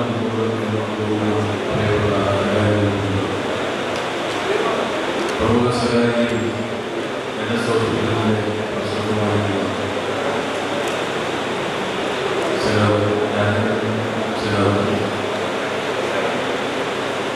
അതുപോലെ വേദിയിലുള്ള പ്രമുഖരായിട്ടുള്ള സഹകാരികൾ ജനപ്രതിനിധികൾ രാഷ്ട്രീയ പ്രിയപ്പെട്ട സഹോദരി സഹോദരൻ ഏറ്റവും പ്രസിദ്ധമായ ഒരു സെമിനാറായി സഹകരണ മേഖലയെ സംബന്ധിച്ച് അതുകൊണ്ട് കേരളത്തിൻ്റെ സാമ്പത്തിക പുരോഗതി സഹകരണ മേഖലയുടെ പങ്ക് നിഷേധിക്കാനാവാത്തതാണ് എന്നുള്ളത്. കേരളം സംസ്ഥാനം രൂപീകൃതമായതിനു ശേഷം കേരളത്തിലെ ജനങ്ങളുടെ സാധാരണക്കാരായിട്ടുള്ള ആളുകളുടെ കയ്യിലേക്ക് ഭൂമിയും മറ്റു സൗകര്യങ്ങളും ഒക്കെ എത്തിയപ്പോൾ അവർക്ക് സാമ്പത്തികമായ സഹായങ്ങൾ നൽകി അവരെ മുന്നോട്ട് നയിച്ചിട്ടുള്ള സഹകരണ പ്രസ്ഥാനം സാധാരണ ജനങ്ങൾക്ക് ബാങ്കിങ്ങിൻ്റെ സൗകര്യം ലഭ്യമായതും സഹകരണ മേഖലയിൽ ആ ഇടപെടലിൻ്റെ ഭാഗമായിട്ടാണ് കേരളീയ സമൂഹം ഇന്ന് കാണുന്ന നിലയിലേക്കുള്ള പുരോഗതി കൈവരിച്ചത് എന്ന് ചരിത്രത്തിൻ്റെ ഭാഗമായി അടയാളപ്പെടുത്തി. ഈ സഹകരണ മേഖലയെ സംബന്ധിച്ച് പറയുമ്പോൾ നിരവധി സേവനങ്ങൾ ജനങ്ങൾക്ക് ലഭ്യമാകുന്ന ഒരു മേഖലയാണ്. ഓരോ മലയാളിയുടെയും ജീവിതത്തിൽ സഹകരണ മേഖലയുടെ എന്തെങ്കിലും സഹായം അല്ലെങ്കിൽ സഹകരണ മേഖലയുടെ ഏതെങ്കിലും തരത്തിലുള്ള ആനുകൂല്യങ്ങൾ ലഭ്യമാകുന്നത് കേരളത്തിലുണ്ടായി. കേരളീയ സമൂഹത്തിൻ്റെ ഈ പൊതുവായ വളർച്ചയിൽ നിർണായകമായ പങ്കുവഹിച്ച ഒരു പ്രസ്ഥാനം എന്നുള്ള നിലയിൽ ഇന്ന് നാം സഹകരണ മേഖലയെ സംബന്ധിച്ച് പരിശോധിക്കുമ്പോൾ അസാധാരണമായ ഒരു സാഹചര്യത്തിലൂടെയാണ് കേരളത്തിലെ സഹകരണ മേഖല കടന്നുപോകുന്നത് എന്ന് പറയാം. അതിൽ പ്രധാനമായിട്ട് രണ്ട് കാരണങ്ങൾ. ഒന്ന്, കേന്ദ്ര ഗവൺമെന്റിന്റെ ഫെഡറൽ തത്വങ്ങൾ ലംഘിച്ചുകൊണ്ടുള്ള സഹകരണ വിരുദ്ധമായ ഇടപെടലാണ്. സഹകരണ വിരുദ്ധമായ ഇടപെടൽ എന്ന് പറയുമ്പോൾ സഹകരണം ഒരു സംസ്ഥാന വിഷയമാണ്. ആ സംസ്ഥാന വിഷയത്തിലേക്ക് കേന്ദ്ര ഗവൺമെന്റ് നേരത്തെ ഇവിടെ സൂചിപ്പിച്ചതുപോലെ കേരളത്തിലെ സഹകരണ മേഖലയിലെ സമ്പത്ത് ലക്ഷ്യമാക്കിക്കൊണ്ട് സഹകരണ മേഖലയെ അവരുടെ കൈപ്പിടിയിലേക്ക് ഒതുക്കാനുള്ള നീക്കമാണ് നടത്തിക്കൊണ്ടത്. ഇത് ഇപ്പോൾ ആരംഭിച്ച ഒരു പ്രക്രിയയാണ്. നേരത്തെ തന്നെ UPA ഗവൺമെന്റിന്റെ കാലത്ത്, കോൺഗ്രസ് ഗവൺമെന്റിന്റെ കാലത്ത് വളരെ ശക്തമായി സഹകരണ മേഖലയിൽ ഇടപെടാനുള്ള പ്രവർത്തനങ്ങൾ നടത്തി. ഒന്ന്, ഏറ്റവും പ്രധാനപ്പെട്ട വെല്ലുവിളി കേന്ദ്ര ഗവൺമെന്റിന്റെയും RBIയുടെയും ആദായനികുതി വകുപ്പിന്റെയും GSTയുടെയും അടക്കമുള്ള ഇടപെടലാണ്. രണ്ടാമത്തെ പ്രശ്നം സഹകരണ സ്ഥാപനങ്ങളിലും സഹകരണ സംഘങ്ങളിലുമുള്ള അതിന്റെ പ്രവർത്തനത്തിലുള്ള കുറേയേറെ പ്രശ്നങ്ങൾ സമീപകാലത്ത് ഉയർന്നു. സഹകരണ സ്ഥാപനങ്ങളിൽ നടത്തിപ്പുമായി ബന്ധപ്പെട്ട് വരുന്ന ആഭ്യന്തരമായ പ്രശ്നങ്ങളാണ്. ഇപ്പൊ സഹകരണ മേഖലയെ സംബന്ധിച്ച് അതിന്റെ നിലനിൽപ്പ് എന്ന് പറയുന്നത് ജനങ്ങളുടെ സാമ്പത്തിക പങ്കാളിത്തമാണ്. ആ ജനങ്ങളുടെ സാമ്പത്തിക പങ്കാളിത്തം ഈ നിലയിൽ സഹകരണ മേഖലയിൽ ഉണ്ടായിട്ടുള്ളത് ജനങ്ങൾക്ക് സഹകരണ മേഖലയിലുള്ള വിശ്വാസമാണ്. ജനങ്ങൾക്ക് സഹകരണ മേഖലയിലുള്ള വിശ്വാസം, ആ വിശ്വാസത്തിലുണ്ടായിട്ടുള്ള ചെറിയ തരത്തിലുള്ള പ്രശ്നങ്ങൾ ഇപ്പോൾ നിലനിൽക്കുകയാണ്. പഴയതുപോലെ ജനങ്ങൾക്ക് സഹകരണ മേഖലയിലുള്ള വിശ്വാസം ഇല്ല എന്നുള്ളതാണ്. കേന്ദ്ര ഗവൺമെന്റിന്റെ ഇടപെടൽ ജനങ്ങൾക്ക് സഹകരണ മേഖലയിലുള്ള വിശ്വാസത്തിലുണ്ടായ തകർച്ചയും രണ്ടും ചേരുമ്പോൾ സഹകരണ മേഖല അസാധാരണമായ ഒരു പ്രതിസന്ധിയിലൂടെ കടന്നുപോകും. ഈ അസാധാരണമായ പ്രതിസന്ധിയെ എങ്ങനെ കുറിച്ചെടുക്കാൻ, അതാണ് നമ്മുടെ മുന്നിലുള്ള ഏറ്റവും പ്രധാനപ്പെട്ട പ്രശ്നം. ലോകത്ത് സഹകരണ മേഖല വളരെ വിപുലമായി മുന്നോട്ട് പോവുകയാണ്. ലോക ജനസംഖ്യയിൽ 12% സഹകരണ മേഖലയെ ആശ്രയിച്ച് ജീവിക്കുന്നതാണ്. ഇന്ത്യയും സഹകരണ മേഖലയുമായി ബന്ധപ്പെട്ടുകൊണ്ട് ധാരാളം ആളുകൾ ജീവിക്കുന്നു. കേരളത്തിലാണെങ്കിൽ ലക്ഷക്കണക്കിന് ആളുകൾ സഹകരണ മേഖലയിലെ ജീവനക്കാരും അതിന്റെ ഗുണഭോക്താക്കളുമായിട്ടുണ്ട്. ലോകത്ത് ICA തന്നെ പറഞ്ഞിട്ടുള്ളത്, ഇന്റർനാഷണൽ കോഓപ്പറേറ്റീവ് അലയൻസ് പറഞ്ഞിട്ടുള്ളത്, ലോകത്തിന്റെ സാമൂഹ്യ പുരോഗതി സഹകരണ പ്രസ്ഥാനത്തിലൂടെയാണ് എന്ന് ICA തന്നെ പ്രഖ്യാപിച്ചു. കേന്ദ്ര ഗവൺമെന്റ് പറഞ്ഞുകൊണ്ടിരിക്കുന്നത് സഹകരണ മേഖലയിലൂടെ സമൃദ്ധിയിലേക്ക് എത്തുക എന്നുള്ളതാണ്. ഇപ്പൊ കേന്ദ്ര ഗവൺമെന്റ് സഹകരണ മേഖലയെ വളരെ സീരിയസ് ആയി ഈ മേഖലയെ എങ്ങനെ പ്രയോജനപ്പെടുത്താൻ കഴിയും എന്ന് ആലോചിക്കുന്നു. കേരളത്തിലെ സഹകരണ മേഖലയിൽ ഉണ്ടായിട്ടുള്ള ചെറിയ തട്ടിപ്പുകളും പ്രശ്നങ്ങളും ജനങ്ങൾക്കുണ്ടായിട്ടുള്ള വിശ്വാസ തകർച്ചയും ഒക്കെ അത് പെരുപ്പിച്ച് മാധ്യമങ്ങൾ കേരളത്തിൽ പ്രചരിപ്പിച്ചതിന്റെ ഭാഗമായി ഉണ്ടായിട്ടുള്ള പ്രതിസന്ധി നാം നേരിടുകയാണ്. ഈ വെല്ലുവിളിയെ നമുക്ക് അതിവേഗം കുറിച്ചു കിടക്കാൻ കേരളത്തിലെ സാമ്പത്തിക നല്ലതായി പ്രവർത്തിക്കുന്ന സഹകരണ മേഖലയെ കുറെ കൂടി മെച്ചപ്പെടുത്തി മുന്നോട്ട് കൊണ്ടുപോകാൻ കഴിയുന്നതാണ്. ഇവിടെ പ്രതിസന്ധി എന്താണ് എന്ന് തിരിച്ചറിയലാണ് നമ്മുടെ പ്രധാനപ്പെട്ട ഒരു പ്രവർത്തനം. യഥാർത്ഥത്തിൽ കേരളത്തിലെ സഹകരണ മേഖലയിൽ ഇന്ന് കാണുന്ന പ്രതിസന്ധിയിലേക്ക് നയിച്ചിട്ടുള്ള സംഭവങ്ങൾ തട്ടിപ്പാണ്. തട്ടിപ്പ് എന്ന് പറയുന്ന സംഭവത്തെ ഒരു തരത്തിലും നമുക്ക് അംഗീകരിക്കാൻ കഴിയാത്തത്. ചെറുതും വലുതുമായിട്ടുള്ള ഒട്ടേറെ പ്രശ്നങ്ങൾ നേരത്തെ ഇവിടെ നമുക്ക് തന്നെ സൂചിപ്പിച്ചു. നിരവധി പ്രശ്നങ്ങൾ ഉയർന്നു വരുന്നത്. അത് എല്ലാ മേഖലയിലുമുണ്ട്, സഹകരണ മേഖലയിൽ മാത്രമുള്ള ഒരു സംഭവമല്ല. തട്ടിപ്പും അഴിമതിയും എന്ന് പറയുന്നത് സമസ്ത മേഖലയിൽ നമുക്ക് കാണാൻ കഴിയും. അതൊരു ക്രിമിനൽ കുറ്റമാണ് എന്ന് മനസ്സിലാക്കിക്കൊണ്ട് അതിന് നടപടിയെടുത്തു പോകുക എന്നുള്ളതാണ് ഏറ്റവും പ്രധാനം. ആ നിലയിൽ സഹകരണ മേഖലയിലും ഇപ്പോൾ കരുവണ്ണൂർ മേഖലയിലടക്കമുള്ള പ്രശ്നങ്ങൾ അവിടുത്തെ ജീവനക്കാരും അതിന് നേതൃത്വം കൊടുത്ത ആളുകൾ ഇപ്പോഴും ജയിലിൽ കഴിയുകയാണ്. അതിന് അത്തരം ആളുകൾക്ക് സഹകരണ സ്ഥാപനങ്ങളിൽ നിക്ഷേപം നടത്തിയിട്ടുള്ള ആളുകൾക്ക് അത് നഷ്ടപ്പെടാതെ നോക്കുന്നതിന് സംസ്ഥാന സർക്കാർ വലിയ തോതിൽ ഇടപെട്ട് വരികയാണ്. ഇവിടെ യഥാർത്ഥത്തിലുള്ള പ്രശ്നം ഒരു സഹകരണ സ്ഥാപനം പ്രതിസന്ധിയിലാവുക എന്ന് പറഞ്ഞാൽ ആ പ്രദേശത്തെ, അത് നിലനിൽക്കുന്ന പ്രദേശത്തെ ജനങ്ങൾ പ്രതിസന്ധിയിലായി എന്നുള്ളതാണ് നാം കാണേണ്ടത്. കാരണം സഹകരണ മേഖലയുടെ അതിന്റെ ഗുണഭോക്താക്കൾ, ഇടപാടുകാർ എന്ന് പറയുന്നത് സാധാരണ ജനങ്ങളാണ്. തൊഴിലാളികളും കൃഷിക്കാരും ഉൾപ്പെടുന്ന സാധാരണ വിഭാഗമാണ് ഒരു സഹകരണ മേഖലയിലെ അതിന്റെ ഗുണഭോക്താക്കൾ എന്ന് പറയുന്നത്. ആ ഗുണഭോക്താക്കളെ സംബന്ധിച്ച് പരിശോധിക്കണം.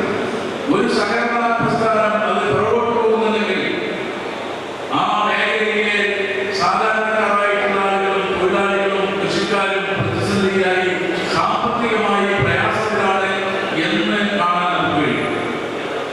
അതുകൊണ്ട് തന്നെ സഹകരണ മേഖലയിലെ വായ്പകൾക്ക് തിരിച്ചറിവുണ്ടാകുന്നത്, നിക്ഷേപങ്ങൾ പഴയതുപോലെ വരുന്നത്, ഇതാണ് ഏറ്റവും പ്രധാനപ്പെട്ട പ്രശ്നം. നിക്ഷേപങ്ങൾ പഴയതുപോലെ ഈ സ്ഥാപനത്തിലേക്ക് വരുന്നില്ല. അതിന് സഹകരണ മേഖലയിലുണ്ടായ വിശ്വാസ തകർച്ച ഒരു കാരണമാണ് എന്നുള്ള തർക്കമില്ല. രണ്ട് ജനങ്ങളുടെ സാമ്പത്തിക ശേഷിയിലുണ്ടായ തകർച്ചയാണ് യഥാർത്ഥത്തിൽ കേരളത്തിലെ സഹകരണ മേഖലയിൽ ബാധിച്ചിട്ടുള്ളത് എന്ന് കാണാൻ. കേരളത്തിലെ സഹകരണ മേഖലയിൽ ഇപ്പോൾ 57,000 കോടി രൂപയുടെ കുടിശ്ശിക. ഈ 57,000 കോടിയുടെ കുടിശ്ശിക എന്ന് പറയുന്നത് കാലാവധി കഴിഞ്ഞ ലോണുകളായിരുന്ന കുടിശ്ശികയാണ്. ഈ കുടിശ്ശിക തിരിച്ചു പിടിക്കാൻ കേരളത്തിലെ സഹകരണ സ്ഥാപനങ്ങൾ 5,30,000 വരുന്ന കേസുകൾ ഫയൽ ചെയ്തു. ആ കേസുകൾ നമുക്ക് എടുത്തു മുന്നോട്ട് പോകാൻ കഴിയില്ല. അതിന്റെ ഭാഗമായി തിരിച്ചറിവുണ്ടാക്കാൻ കഴിയില്ല. ഡെപ്പോസിറ്റ് തിരിച്ചു കൊടുക്കാൻ കഴിയാത്ത സ്ഥാപനങ്ങളിൽ എല്ലാം തട്ടിപ്പാണ് എന്ന പൊതുബോധത്തിലേക്ക് കേരളത്തിലെ മാധ്യമങ്ങൾ കൊണ്ടുപിടിച്ച് ശ്രമം നടത്തുന്നു. അതിന് വേറൊരു കാരണം എന്താണെന്ന് പറഞ്ഞാൽ കേന്ദ്ര ഗവൺമെന്റിന്റെ ഒരു സഹകരണ ബദൽ കേരളത്തിലടക്കം വളരെ ശക്തമായി പ്രവർത്തിക്കുന്നുണ്ട് എന്നുള്ളതാണ്. നിലവിലുള്ള കേരളത്തിലെ സഹകരണ പ്രസ്ഥാനത്തെ തകർത്തുകൊണ്ടല്ല, കേരളത്തിന്റെ സഹകരണ പരീക്ഷണത്തിന് അവരുടെ സഹകരണ രീതിയിലേക്ക് കേരളത്തിലെ ജനങ്ങളെ കൊണ്ടുപോകാൻ കഴിയില്ല. കേന്ദ്ര ഗവൺമെന്റ് തന്നെ മുൻകൈയെടുത്തുകൊണ്ട് 3 മൾട്ടി സ്റ്റേറ്റ് കോപ്പറേറ്റീവ് സൊസൈറ്റിയാണ് ഇപ്പൊ കേരളത്തിലടക്കം പ്രവർത്തിച്ചത്. ആ മൾട്ടി സ്റ്റേറ്റ് കോപ്പറേറ്റീവ് സൊസൈറ്റി കേരളത്തിലെ എല്ലാ സംഘങ്ങളും അംഗത്വം എടുക്കണമെന്ന നിർദ്ദേശം വന്നിരിക്കുകയാണ്. അതുപോലെ അവർ മുന്നോട്ട് വെക്കുന്ന കോമൺ പൈലോ ആ പൈലോ അംഗീകരിച്ചു കഴിഞ്ഞാൽ കേന്ദ്ര ഗവൺമെന്റിന് അതിലൂടെ കേരളത്തിലെ സഹകരണ മേഖലയിൽ നിയന്ത്രണം വരികയാണ്.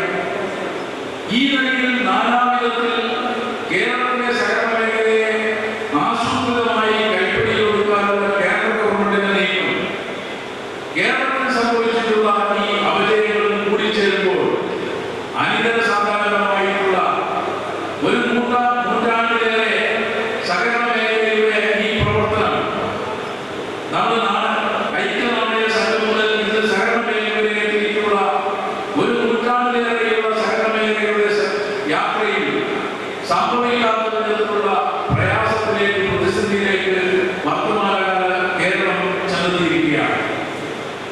ഇതിനെ പരിഹരിച്ചു പോകണമെങ്കിൽ യഥാർത്ഥ രോഗങ്ങളാണ് എന്നുള്ള തിരിച്ചറിവ് നമുക്കുണ്ടാകും.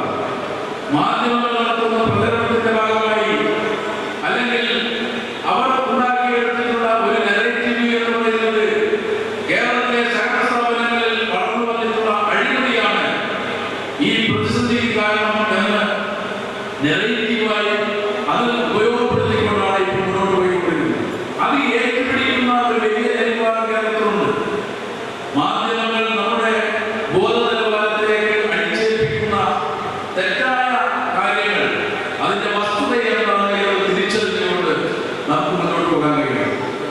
നിക്ഷേപങ്ങൾ തിരിച്ചു കൊടുക്കാൻ കഴിയാത്ത സ്ഥാപനങ്ങളെ സംബന്ധിച്ച് നമ്മളൊരു പരിശോധന നടത്തിക്കഴിഞ്ഞാൽ ആ നിക്ഷേപങ്ങൾ ഒരു സ്ഥാപനത്തിൽ വരുന്ന നിക്ഷേപത്തിന്റെ 80% നമ്മൾ ലോണായിട്ട് കൊടുക്കുകയാണ്. അത് ജനങ്ങളുടെ കയ്യിലാണ് പണമുള്ളത്. ആ നിക്ഷേപം ഈ ജനങ്ങളുടെ കയ്യിലേക്ക് എത്തിയിട്ടുള്ള ലോണുകൾ തിരിച്ചു കിട്ടാത്ത ഒരു സാഹചര്യം ഉണ്ടായി കഴിഞ്ഞാൽ സഹകരണ സ്ഥാപനങ്ങൾ എങ്ങനെ നിക്ഷേപം തിരിച്ചു കൊടുക്കും? പലിശയടക്കം തിരിച്ചു കൊടുക്കേണ്ട ഈ നിക്ഷേപങ്ങൾ പല സ്ഥാപനങ്ങൾക്കും തിരിച്ചു കൊടുക്കാൻ കഴിയാത്തത് ഈ രൂപത്തിൽ ബാധിക്കുന്ന കുടിശ്ശികയാണ് എന്ന് യഥാർത്ഥ വസ്തുത ഇവിടെ പത്രങ്ങൾ പ്രചരിപ്പിക്കുന്നില്ല. ഏതാനും സ്ഥാപനങ്ങൾ നടത്തിയിട്ടുള്ള തട്ടിപ്പുകളെ സംബന്ധിച്ചാണ് അവർ പ്രചരണം നടത്തിക്കൊണ്ടിരിക്കുന്നത്. സഹകരണ മേഖലയുടെ പ്രതിസന്ധി എന്ന് പറയുന്നത് അത് തിരിച്ചറിഞ്ഞുകൊണ്ട് ആ പ്രതിസന്ധിയെ കുറിച്ചു കിടക്കാൻ എന്തൊക്കെയാണ് നാം ചെയ്യേണ്ടത്? ഓരോ സ്ഥാപനങ്ങൾ കേന്ദ്രീകരിച്ചുകൊണ്ടാണ് ഇത്തരം കാര്യങ്ങൾക്ക് പരിഹാരം ഉണ്ടാക്കുന്നത്. ഏതെങ്കിലും ഒരു സഹകരണ മേഖലയിൽ അതിന്റെ നിക്ഷേപം വരാത്ത സ്ഥിതി, അവർ നിക്ഷേപം കിട്ടാത്ത സ്ഥിതി ഉണ്ടെങ്കിൽ, അതുപോലെ വായ്പ തിരിച്ചറിഞ്ഞില്ലെങ്കിൽ അത് കേരളത്തിൽ പൊതുവായിട്ടുള്ള വിഷയമായിട്ടല്ല നമ്മൾ കാണുന്നത്. ആ സ്ഥാപനത്തെ മെച്ചപ്പെടുത്താൻ അതിന്റെ പ്രവർത്തന പരിധിയിലുള്ള ഈ സ്ഥാപനത്തിന്റെ ഗുണഭോക്താക്കളും അംഗങ്ങളുമായിട്ടുള്ള ആളുകളെ സമീപിച്ചുകൊണ്ട് അവരുടെ മനസ്സിലെന്തെങ്കിലും തെറ്റായ ധാരണയും കാഴ്ചപ്പാടും ആ സ്ഥാപനത്തെ സംബന്ധിച്ച് വളർന്നു വന്നിട്ടുണ്ടെങ്കിൽ അത് ദൂരീകരിക്കാനും ഇത്തരം തെറ്റായ പ്രവണതകൾ ഉള്ള സ്ഥാപനങ്ങളിൽ കർശനമായ നടപടികൾ എടുക്കുകയും ജനങ്ങൾക്ക് വിശ്വാസമുണ്ടാകുന്ന തരത്തിൽ ഓരോ സ്ഥാപനത്തിന്റെയും പ്രവർത്തനങ്ങൾ ശക്തിപ്പെടുത്തുക എന്നുള്ളതാണ്. അങ്ങനെ മുന്നോട്ട് പോയാൽ മാത്രമേ ഇന്ന് നിലവിലുള്ള നമ്മുടെ ഈ പ്രതിസന്ധിയെ നമുക്ക് കുറിച്ചു കിടക്കാൻ കഴിയും. സഹകരണ പ്രസ്ഥാനത്തിന് അനന്തമായ സാധ്യതകളുണ്ട്. കേരളത്തിലെ 2.3 ലക്ഷം കോടി വരുന്ന നിക്ഷേപം, അതുപോലെ അതിന്റെ പ്രവർത്തന മൂലധനം, ഈ നിലയിൽ കേരളീയ സമൂഹത്തിന്റെ സാമ്പത്തിക ഘട്ടത്തായി പ്രവർത്തിക്കുന്ന ഈ മേഖലയെ വളരെ ആസൂത്രിതമായിട്ടാണ് കൈപ്പിടിയിലെടുക്കാൻ കേരള ഗവൺമെന്റ് ശ്രമിക്കുന്നത്. ആഗോളവൽക്കരണ നയത്തിന്റെ ഭാഗമായിട്ടാണ് ഈ മേഖലയിലേക്ക് കോർപ്പറേറ്റുകളെയും വൻകിടക്കാരെയും കണ്ടുവന്നിട്ടുള്ളത്. ഇവിടെ കോർപ്പറേറ്റുകൾക്കും വൻകിടക്കാർക്കും വേണ്ടി കേരള ഗവൺമെന്റ് സഹകരണ നിയമത്തിൽ തന്നെ ഒരു സഹകരണ വകുപ്പ് തന്നെ രൂപപ്പെടുത്തിയിട്ടുണ്ട്. കേരളം അടക്കമുള്ള സംസ്ഥാനങ്ങളിലുള്ള സമ്പത്ത് കൊള്ളയടിക്കാനുള്ള അവസരം ഒരുക്കി കൊടുക്കുന്ന അതീവ ഗുരുതരമായ സാഹചര്യത്തെ നാം തിരിച്ചറിയുന്നു. കേരളത്തിൽ സഹകരണ മേഖലയിലൂടെ സമാഹരിക്കുന്ന നിക്ഷേപം അത് ഈ കേരളത്തിന്റെ വികസനത്തിൽ തന്നെ ഉപയോഗപ്പെടുത്തുകയാണ്. ഇപ്പൊ നിങ്ങൾ കാണുന്നത് സഹകരണ രീതിയിൽ പ്രവർത്തിക്കുന്ന ഒട്ടേറെ സ്ഥാപനങ്ങൾ നമുക്ക് കാണാൻ കഴിയും. അത് ഏറ്റവും പ്രധാനപ്പെട്ടതാണ് മൾട്ടി സ്റ്റേറ്റ് കോപ്പറേറ്റീവ് സൊസൈറ്റി, അതുപോലെ നിധി കമ്പനികൾ, സ്വകാര്യ സാമ്പത്തിക ഇടപാട് സ്ഥാപനങ്ങൾ. ഇവരൊക്കെ ലക്ഷ്യം വെക്കുന്നത് കേരളത്തിലെ ജനങ്ങളുടെ കയ്യിലുള്ള മിച്ച വരുമാനം എങ്ങനെ തട്ടിയെടുക്കാം എന്നുള്ളത് തന്നെയാണ്. അവരുടെ സമ്പാദ്യത്തിലേക്ക് കണ്ടുവെച്ചുകൊണ്ട് ഇത്തരം സ്ഥാപനങ്ങൾ ആരംഭിച്ച് കേരളീയ സമൂഹത്തിലെ വികസനത്തിന് വേണ്ടി, കേരളത്തിന്റെ വളർച്ചയ്ക്ക് വേണ്ടി, പുരോഗതിക്ക് വേണ്ടി ഇനിയും കേരളത്തെ ഒരുപാട് മുന്നോട്ട് പോകാൻ ഉതകുന്ന തരത്തിൽ നയിക്കാനുള്ള സാമ്പത്തിക ശേഷിയെ തകർക്കുക എന്നുള്ള നിലപാടിന്റെ ഭാഗം കൂടിയാണ്. ഇപ്പൊ നമുക്കറിയാം, കേന്ദ്ര ഗവൺമെന്റ് അവതരിപ്പിച്ച ബഡ്ജറ്റും സംസ്ഥാന ഗവൺമെന്റ് അവതരിപ്പിച്ച ബഡ്ജറ്റും നമ്മുടെ ധനകാര്യമന്ത്രി അവതരിപ്പിച്ച ബഡ്ജറ്റും നമ്മൾ താരതമ്യം ചെയ്തു കഴിഞ്ഞാൽ കേരളത്തിന്റെ സാമ്പത്തിക സ്ഥിതി മെച്ചപ്പെടുത്താനുള്ള ഒട്ടേറെ നിർദ്ദേശങ്ങളും അതുപോലെ ഇടപെടലുകളുള്ള ഒരു ബഡ്ജറ്റ് കേരളത്തിൽ അവതരിപ്പിക്കുമ്പോൾ കേന്ദ്ര ഗവൺമെന്റ് കേരളത്തെ ഞെക്കിക്കൊല്ലാനുള്ള, സാമ്പത്തികമായി ഞെക്കിക്കൊല്ലാനുള്ള രാഷ്ട്രീയ ഉദ്ദേശത്തോടു കൂടിയുള്ള പ്രവർത്തനമാണ് സംഘടിപ്പിക്കുന്നത്. കേരളത്തെ സംബന്ധിച്ചിടത്തോളം കേരളത്തിലെ സഹകരണ മേഖലയിൽ കടന്നു കയറുക എന്നുള്ളത് അവരുടെ രാഷ്ട്രീയ ലക്ഷ്യമാണ്. 2021 കേന്ദ്ര ഗവൺമെന്റ് ആരംഭിച്ചിട്ടുള്ള പുതിയ സഹകരണ വകുപ്പ്, അതുപോലെ 97ാം ഭരണഘടനാ ഭേദഗതി, ആ കാര്യങ്ങളൊക്കെ തന്നെ പരിശോധിച്ചാൽ അതിലൊക്കെ അവർക്ക് സഹകരണ മേഖലയിലെ ഈ വലിയ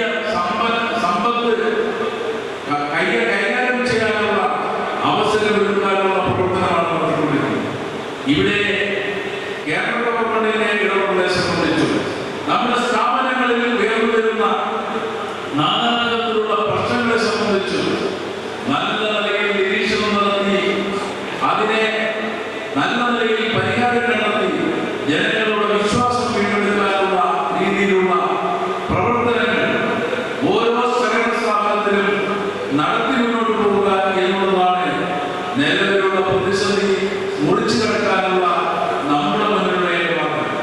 അതിന് കേരളത്തിലെ മികച്ച സഹകാരികളുടെ സേവനങ്ങൾ നമുക്ക് പ്രയോജനപ്പെടുത്താം, പ്രൊഫഷണലായിട്ടുള്ള ആളുകളുടെ സേവനങ്ങൾ ഉപയോഗപ്പെടുത്താം, സംസ്ഥാന സർക്കാരിന്റെ പ്രവർത്തനങ്ങളെ നമുക്ക് ഉപയോഗപ്പെടുത്താം. ആ നിലയിൽ സഹകരണ സ്ഥാപനങ്ങളെ നമുക്ക് മുന്നോട്ട് കൊണ്ടുപോകാൻ കഴിയും. മറ്റൊരു പ്രധാനപ്പെട്ട കാര്യം സഹകരണ മേഖല എന്ന് പറയുന്നത് ഒരു സ്വാശ്രയ സംവിധാനമാണ്.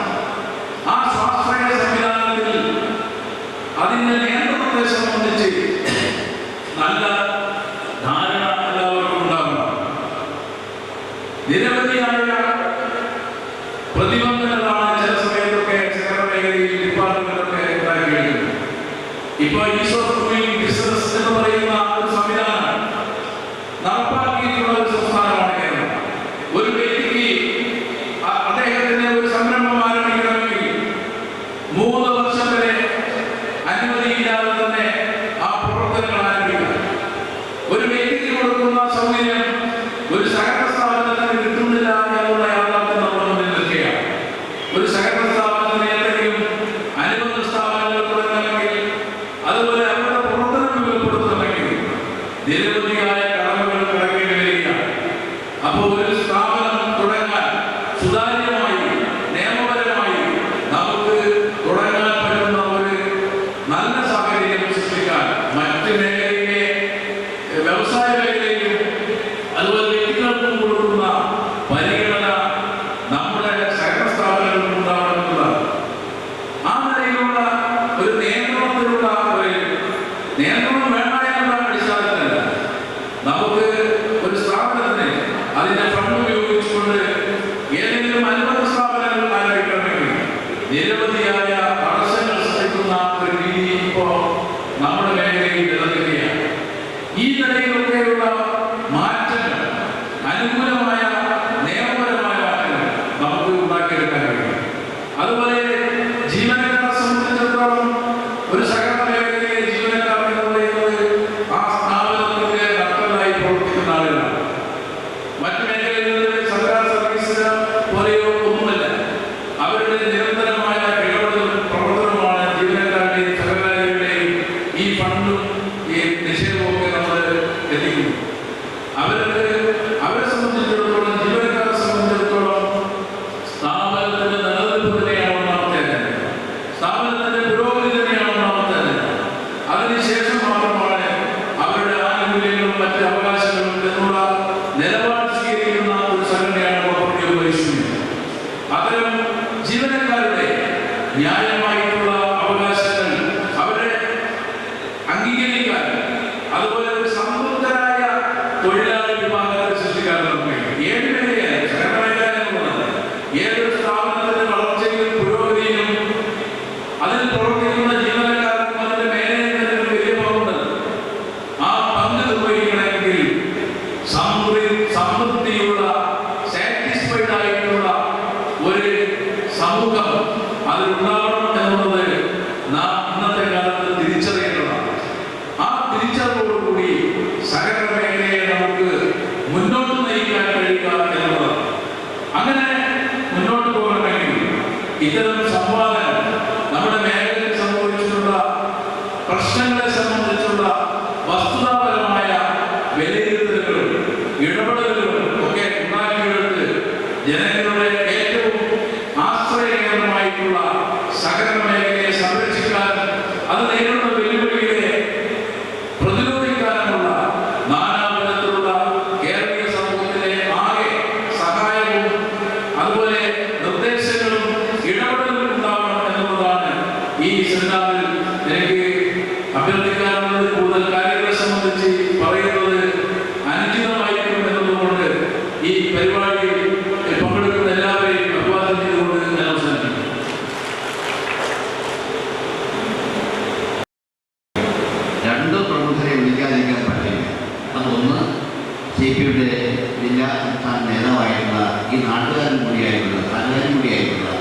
ശ്രീ രാജേന്ദ്രനാണ്. അത് കഴിഞ്ഞ് ശ്രീ എഴുപത് നാരായണ ഉണ്ട്. മറ്റ് പ്രമുഖരാലും അവരുടെ അഭിപ്രായങ്ങൾ ഇവിടെ വന്നു കഴിഞ്ഞു എന്നതുകൊണ്ട് ആവർത്തനത്തിലേക്ക് പോകാൻ ആഗ്രഹിക്കുന്നില്ല. നമുക്ക് വേഗം അവസാനിപ്പിക്കാം. ക്ഷമയോടെ ഈ അവസാനം വരെ കാത്തിരിക്കാൻ സഹാക്കളുടെ സുഹൃത്തുക്കളുടെ അഭിപ്രായമുണ്ട്. സഹാവ് ആർ രാജേന്ദ്രനെ സംസാരിക്കാൻ ഞാൻ ക്ഷണിക്കുന്നു. ഇപ്പോൾ ഇത് ശ്രദ്ധിക്കപ്പെടുന്ന പി രാജേന്ദ്രൻ നമ്മുടെ അഭിമാനമായിട്ടുള്ള കേരളത്തിൻ്റെ ധനകാര്യ വകുപ്പ് ഗോപാൽ ഇവിടെ രീതിയിലുള്ള എല്ലാ പ്രചാരങ്ങളെ കുറച്ച് ആളുകൾ നേതാക്കളെ സി പി എമ്മിൻ്റെ കൊല്ലത്ത് നടക്കുന്ന സംസ്ഥാന സമ്മേളനത്തോടനുബന്ധിച്ച് വളരെ അർത്ഥപൂർണമായിട്ടുള്ള പരിപാടികളാണ് നടപ്പാക്കപ്പെടുന്നത്. അത് സഹകരണ മേഖല വെല്ലുവിളികളും പ്രതിരോധവും വളരെ കാര്യപ്രസക്തമായ സബ്ജക്റ്റാണ് ഇവിടെ നമ്മുടെ കേരളത്തിലെ സഹകരണ മന്ത്രി ഉൾപ്പെടെ സമാധാനമായി ഒരുപാട് കാര്യങ്ങളൊന്നും അത് വളരെ ഉപകാരമില്ല. എന്നാലും ഒന്ന് രണ്ട് കാര്യങ്ങൾ ഇവിടെ പറഞ്ഞു പോകണമെന്ന് ഞാൻ കാര്യം അതിൽ ഏറ്റവും പ്രധാനപ്പെട്ട ഒരു കാര്യം എന്താണ് സഹകരണ പ്രസ്ഥാനത്തിൻ്റെ പ്രത്യേകതകളും ചരിത്രവും നമുക്ക് എല്ലാവരും അറിയാം. ആ സഹകരണ മേഖല ഒരു വലിയ പ്രതിസന്ധിയിൽ കഴിഞ്ഞ ചില വർഷങ്ങളായി വിട്ടുപോയി. സഹകരണ പ്രസ്ഥാനത്തിൻ്റെ ഏറ്റവും വലിയ കഴിവ് എന്ന് പറയുന്നത് വിശ്വാസ്യതയാണ്. അപൂർവം ചില മേഖലകളിലുണ്ടായ പ്രശ്നങ്ങൾ മുൻനിർത്തിച്ചു സഹകരണ മേഖല ആകെ കുഴപ്പമാണെന്ന് വരുത്തി തീർക്കാൻ വേണ്ടി പല ശക്തികളും ചോദിച്ചു. അതിലൊരുപാട് ഉദ്ദേശങ്ങളുണ്ട്. നേരത്തെ ഇവിടെ കേന്ദ്ര ഗവൺമെന്റിന്റെ ഉൾപ്പെടുന്നത് കേരളത്തിലെ അസൂയാപരമായ പുരോഗതിയിലെ സഹകരണ പ്രസ്ഥാനത്തിന്റെ അസ്ഥിവാരം പകർത്തുക എന്നുള്ള രാഷ്ട്രീയ ലക്ഷ്യം ഇന്ന് കേന്ദ്രം ഭരിക്കുന്ന ഭരണ നേതൃത്വത്തിലുണ്ടായി. അതിന്റെ അടിസ്ഥാനത്തിൽ നല്ലപോലെ പിടിച്ചൊലിക്കപ്പെട്ടു. അതിവിടെ നമ്മുടെ ബഹുമാനീയനായ മന്ത്രി സൂചിപ്പിച്ചതുപോലെ അതിന്റെ ആ ഇനീഷ്യൽ സ്റ്റേജ് ഏറ്റവും കുഴപ്പമുള്ള സ്റ്റേജിൽ പോയതാണ് കടന്നു എന്നാണ് ബന്ധപ്പെട്ട ഭരണാധികാരികൾ പറയുന്നതെന്ന് ഞാൻ മനസ്സിലാക്കി. ഇനി നമുക്ക് മുമ്പോട്ട് പോകാം. കേരളത്തിലും ഇന്ത്യയിലും വളരെ ശക്തമായി മുന്നോട്ട് പോകുന്ന സഹകരണ പ്രസ്ഥാനത്തെ കുറിച്ചാണ് കാര്യം പറയുന്നത്. എന്നാൽ കേരളവും ഇന്ത്യയായിട്ടുള്ള വ്യത്യാസങ്ങളുണ്ട്. ഇന്ത്യയിൽ ഒപ്പിട്ടുള്ള സഹകരണ മേഖലയുടെ കരുത്തെടുത്ത് പരിശോധിച്ചാൽ അതിൻ്റെ പകുതിയിലേറെ കേരളത്തിലാണ്. അത് നിക്ഷേപത്തിൻ്റെ കാര്യത്തിലായാലും കേരളത്തിലെ സഹകരണ മേഖല യഥാർത്ഥത്തിൽ കേരളത്തിലെ കൃഷിക്കാർക്ക് വേണ്ടി ഒരു കാലത്ത് നമ്മുടെ പോയ തലമുറ മുൻകൈയെടുത്തത് വളരെ വലിയ വിവരമുള്ള സംസ്ഥാനമായി കേരളം പടർന്നു പന്തലിച്ചു. അന്നത്തെ സഹകാരികളെ നോക്കി ഇനി നമ്മൾ പഠിക്കണം. അവരുടെ കമ്മിറ്റ്മെന്റ്, കൃഷിക്കാരോടും നാട്ടിലെ ജനങ്ങളോടുള്ള പ്രതിബദ്ധത, അതിലൂടെയാണ് അത് വളർന്നു വന്നത്. അവരനുഭവിച്ചിട്ടുള്ള ത്യാഗപൂർണമായിട്ടുള്ള ഒരു ജീവിതം, അതിൻ്റെ എല്ലാ അടിസ്ഥാനത്തിലാണ് കേരളത്തിലെ സഹകരണ പ്രസ്ഥാനം ഇന്ത്യയുടെ ഇതര ഭാഗങ്ങളിൽ വ്യത്യസ്തമായി ഇത്രയും കരുത്ത് നേടിയെന്നുള്ള അടിസ്ഥാനം. ഒരു ഘട്ടത്തിൽ നമുക്ക് വായ്പാ പ്രവർത്തനമോ ബാങ്കിങ്ങോ ഒന്നുമില്ല എന്നൊരു ഘട്ടം 1976 അന്ന് കേരളത്തിലെ സംസ്ഥാന സഹകരണ ബാങ്കിന്റെ പ്രസിഡന്റായി നമ്മുടെ പ്രിയങ്കരനായ സഹാബി ചന്ദ്രശേഖരനായിരിക്കുന്ന കാലത്താണ് നിക്ഷേപ സമാഹരണം എന്ന പേരിൽ സഹകരണ മേഖല ഒരു പുതിയ ചുവടുവയ്പ്പാണ്. അതാണ് പിന്നീട് ബാങ്കിങ്ങിലേക്ക് പ്രവേശിച്ചത്. പിന്നീട് അഭൂതപൂർവമായ വളർച്ചയാണ്. അത് ഞാൻ വളരെ ഈ കഴിക്കുമ്പോഴൊക്കെ നമ്മുടെ സർവീസ് സഹകരണ ബാങ്ക് വളരെ ശക്തമായി ജനങ്ങളുടെയും സ്വാധീനപ്പെട്ടിട്ടുള്ളൊരു സന്ദർഭമാണ്. ഇവിടുത്തെ എല്ലാ കർഷക ഭവനങ്ങളിലും പോയി അവരെ ഒരു 25 രൂപയെങ്കിലും സേവിങ്സ് ബാങ്ക് അക്കൗണ്ട് നിർമ്മിക്കുന്നതിന് വേണ്ടിയാണ് സ്ക്വാഡുകൾ ഉണ്ടാക്കി നമ്മുടെ പ്രവർത്തിച്ചിട്ടുണ്ട്. അതിൻ്റെ എല്ലാം അതെന്നാൽ അതിനുശേഷം പണമിടപാടിലേക്ക് കേരളത്തിലെ സഹകരണ പ്രസ്ഥാനം അതിവേഗം ഏർപ്പെട്ടു പോയ അവസരത്തിൽ അതിനോടൊപ്പം അതിനനുബന്ധമായി നടക്കേണ്ട ചില കാര്യങ്ങളിൽ കാലാനുസൃതമായ മാറ്റങ്ങൾ വരാത്ത ചില പ്രതിബന്ധങ്ങൾ നമുക്കുണ്ടായിരുന്നു. അതിന് പരിഹാരമായിട്ടാണ് ഇപ്പോൾ 1960 സഹകരണ നിയമം സമഗ്രമായി ഭേദഗതി ചെയ്തുകൊണ്ട് നമ്മുടെ സഹവാസങ്ങളുടെ സമഗ്രമായ ഒരു ഭേദഗതിയാണ്. അതെല്ലാം കുറ്റമൊക്കെ ഞാൻ പറയുന്നു. ഇനി ചിലപ്പോൾ അനുഭവങ്ങളുടെ അടിസ്ഥാനത്തിൽ ഭേദഗതി വരുത്തുന്നു. എന്തായാലും അതിൻ്റെ എല്ലാം അടിസ്ഥാനത്തിൽ ദീർഘവീക്ഷണത്തോടെ ഈ വെല്ലുവിളികൾ നേരിടുന്ന സാഹചര്യത്തിൽ അതിനെ മറികടക്കാൻ നമുക്ക് കരുത്ത് പകരുന്ന പുതിയ നിയമനിർമ്മാണങ്ങളോടുകൂടിയാണ് ഇപ്പോൾ കേരളത്തിലെ സഹകരണ സ്ഥാപനം. ഇവിടെ അധ്യക്ഷനായിരിക്കുന്ന പറയാതിരിക്കാൻ പറ്റും. നമ്മുടെ കണ്ണിന് ചില അതിലൊന്നാണ് ഈ കൊല്ലത്തെ അതുപോലെ ചില സ്ഥാപനങ്ങൾ ആരോഗ്യരംഗത്ത് അതുപോലെ മറ്റ് പല മേഖലകളിലേക്കും സഹകരണ മേഖല ശക്തമായ സ്വാധീനം കേരളത്തിൽ നമുക്ക് അഭിപ്രായമാണ്.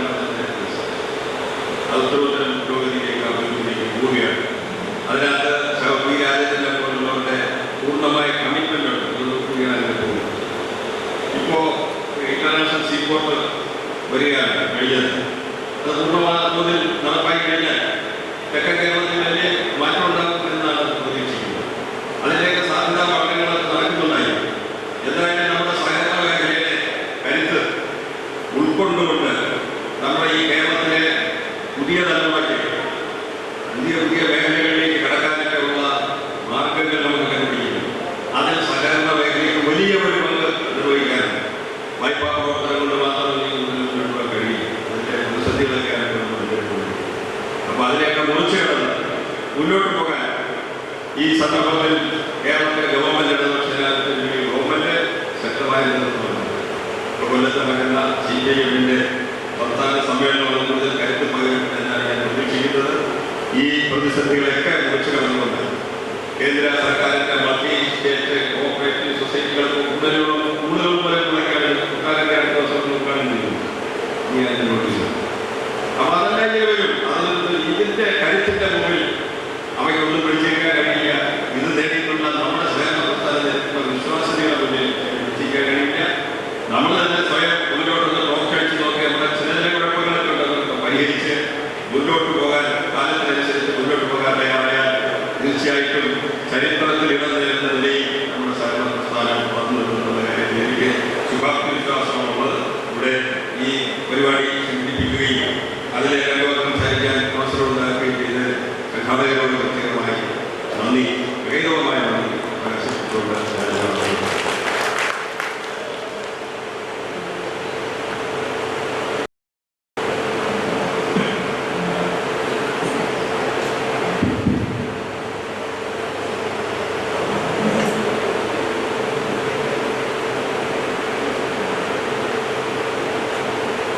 ഈ സമ്മേളനത്തിൽ അധ്യക്ഷത വഹിക്കുന്ന ബഹുമാനായ മോഡറേറ്റർ ശ്രീ രാജേന്ദ്രൻ അവർ ഈ മൗലികമായ സമ്മേളനം ഉദ്ഘാടനം ചെയ്ത് വളർന്നുപോയ ബഹുമാനപ്പെട്ട സഹകരണ വകുപ്പ് ദേവസ്വം മന്ത്രി ഇവിടെ മുഖ്യപ്രഭാഷണം നടത്തിയ നമ്മളെല്ലാം പ്രിയപ്പെട്ടവരുമായ സഖാവ് നാരായണകുമാർ വേദിയിലുള്ള ഒട്ടേറെ നേതാക്കന്മാരുണ്ട്. നമ്മുടെ പ്രിയമായ ഈ സമയം പോകും നിങ്ങൾക്ക് എല്ലാവർക്കും പെട്ടെന്ന് പോകണമെന്ന് എനിക്കറിയാം. ഞാൻ പറയാൻ ഉദ്ദേശിക്കുന്നില്ല. വളരെയേറെ പ്രാധാന്യമർഹിക്കുന്ന ഒരു സമ്മേളനമാണ്, സെമിനാറാണ് ഇവിടെ നടക്കുന്നത്. ഇത് നമ്മുടെ സംസ്ഥാനത്ത് ഏറ്റവും പ്രാധാന്യമർഹിക്കുന്ന ഒരു പ്രസ്ഥാനമാണ് സഹകരണ പ്രസ്ഥാനം.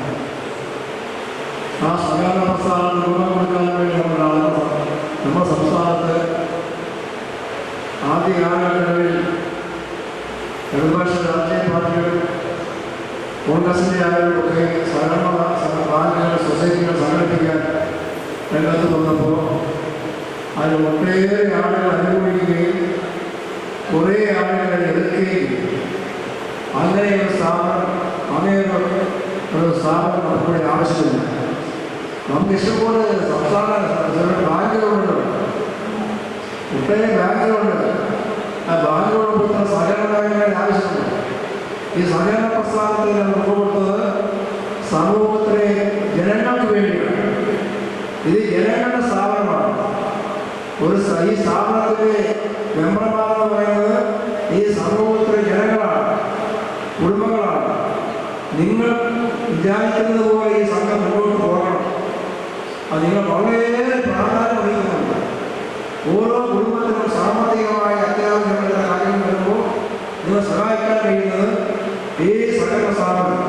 ആ സഹകരണ സ്ഥാപനത്തിൽ അംഗമായിരിക്കുന്ന ഒരു മെമ്പർക്ക് മാത്രമല്ല, അംഗമല്ല ആയില്ലെങ്കിലും ഒരാൾ പുതിയ അംഗത്വം എടുത്തുകൊണ്ട് അത്യാവശ്യം ഒരു നിർവാഹവുമില്ല, പിടിച്ചു കിട്ടാൻ ബുദ്ധിമുട്ടാണ്, സാമ്പത്തികമായ പ്രതിസന്ധി കൊണ്ട് സഹായിച്ചേ മതിയാവൂ, ഇല്ലെങ്കിൽ ആത്മഹത്യയിലേക്ക് പോകേണ്ടി വരും എന്ന സാഹചര്യം ഉള്ളപ്പോഴൊക്കെ നമ്മുടെ പ്രിയപ്പെട്ട സഹോദരങ്ങൾ ഈ സഹകരണ ബാങ്കിലേക്ക് വരികയും അവിടെ ബോർഡ് പ്രസിഡന്റിന്റെ കണ്ട കാര്യങ്ങൾ സംസാരിച്ച് അവർക്ക് ഒട്ടേറെ പ്രയാസങ്ങളുണ്ടെങ്കിൽ അവർ ബാങ്കുകാർ പറയുന്ന അനുസരിച്ചുള്ള പേപ്പറുകളെല്ലാം കൊടുത്ത് അവർക്ക് ലോൺ കൊടുക്കുന്ന ഒരു സ്ഥാപനമാണ് സഹകരണ പ്രസ്ഥാനം. ഈ സഹകരണ പ്രസ്ഥാനം മുന്നോട്ട് പോകുന്ന സമൂഹത്തിൽ ജനങ്ങൾക്ക് വേണ്ടിയാണ്, ജനങ്ങളുടെ സ്ഥാപനമാണ്. ഈ ജനങ്ങളുടെ സ്ഥാപനം തകർക്കാൻ കേന്ദ്ര സർക്കാർ മുന്നോട്ട് വന്നാൽ അത് കേരളത്തിലെ ജനങ്ങൾ ഒറ്റക്കെട്ടായതുകൊണ്ട് അതിനെ പോരാടുന്നുള്ള കാര്യത്തിൽ ഒരു സംശയമില്ല. കാരണം അങ്ങനെയുള്ള ഒരു സ്ഥാപനമാണ്. ഈ സ്ഥാപനത്തെ തകർത്തുകൊണ്ട് മുന്നോട്ട് പോകാമെന്ന് വിചാരിച്ചാൽ കേരളത്തിലെ ജനങ്ങൾ അത് അനുകൂലിക്കുകയില്ല എന്ന് മാത്രമേ ഈ സന്ദർഭത്തിൽ ഓർമ്മിപ്പിക്കാൻ ആഗ്രഹിക്കുന്നു. ഒരു സംശയമുള്ള കേരളത്തിലെ ഇടതുപക്ഷ ഗവൺമെന്റ് ഈ സ്ഥാപനത്തെ തകർക്കാൻ ആര് ശ്രമിച്ചാലും അതിനെ അവർ ഒരു കാരണവശാലും അംഗീകരിക്കുന്ന പ്രശ്നമില്ല, ഒരു സംശയമില്ല. ഇതിന്റെ വിവരം ആരെ പറയാനും ചിന്തിക്കാത്തതുകൊണ്ടാണ് ഈ സ്ഥാപനം കേരളത്തിലെ ജനങ്ങളുടെ സ്ഥാപനമാണ്. സഹകരണ ബാങ്കുകൾ അവർക്ക് വേണ്ടിയുള്ള സ്ഥാപനമാണ്. ആ സ്ഥാപനത്തെ തകർക്കാൻ മുന്നോട്ട് വരുന്നവരെ ഒരു കാരണവശാലും കേരളത്തിലെ ജനങ്ങൾ കൊടുക്കുകയില്ല, അത് സംശയമില്ല. ഞാൻ മറ്റൊന്നിലേക്ക് പോകുന്നില്ല. തീർച്ചയായും ഈ സഹകരണ പ്രസ്ഥാനത്തെ ശക്തിപ്പെടുത്താൻ എല്ലാവരും ഒറ്റക്കെട്ടായി മുന്നോട്ട് പോകണം. എല്ലാ പ്രവർത്തനങ്ങളിലും എൻ്റെയും എൻ്റെ പ്രസ്ഥാനത്തിൻ്റെയും കൂട്ടായ സമ്മർദ്ദവും സഹായവും ഉണ്ടാവും. ഞാനിത് സംസ്ഥാനത്തോടും കേന്ദ്രത്തോടും ശ്രദ്ധയിൽപ്പെടുത്തിക്കൊണ്ട് തീർച്ചയായും സഹകരണ പ്രസ്ഥാനത്തെ ശക്തിപ്പെടുത്താനും സംരക്ഷിക്കാനും വേണ്ടി നമുക്ക് എല്ലാവർക്കും ഒറ്റക്കെട്ടായി പോകാം എന്ന് ഓർമ്മിപ്പിച്ചുകൊണ്ട് ഇത്തരം നടന്ന് സംഘടിപ്പിക്കാൻ തയ്യാറായ ഈ CPM-ന്റെ സംസ്ഥാന സമ്മേളനം നടക്കാൻ വന്നുകൊണ്ടിരിക്കുമ്പോൾ ഇത്തരം സമ്മേളനങ്ങൾ നടത്താൻ തയ്യാറായതിൽ വളരെ സന്തോഷമുണ്ട്.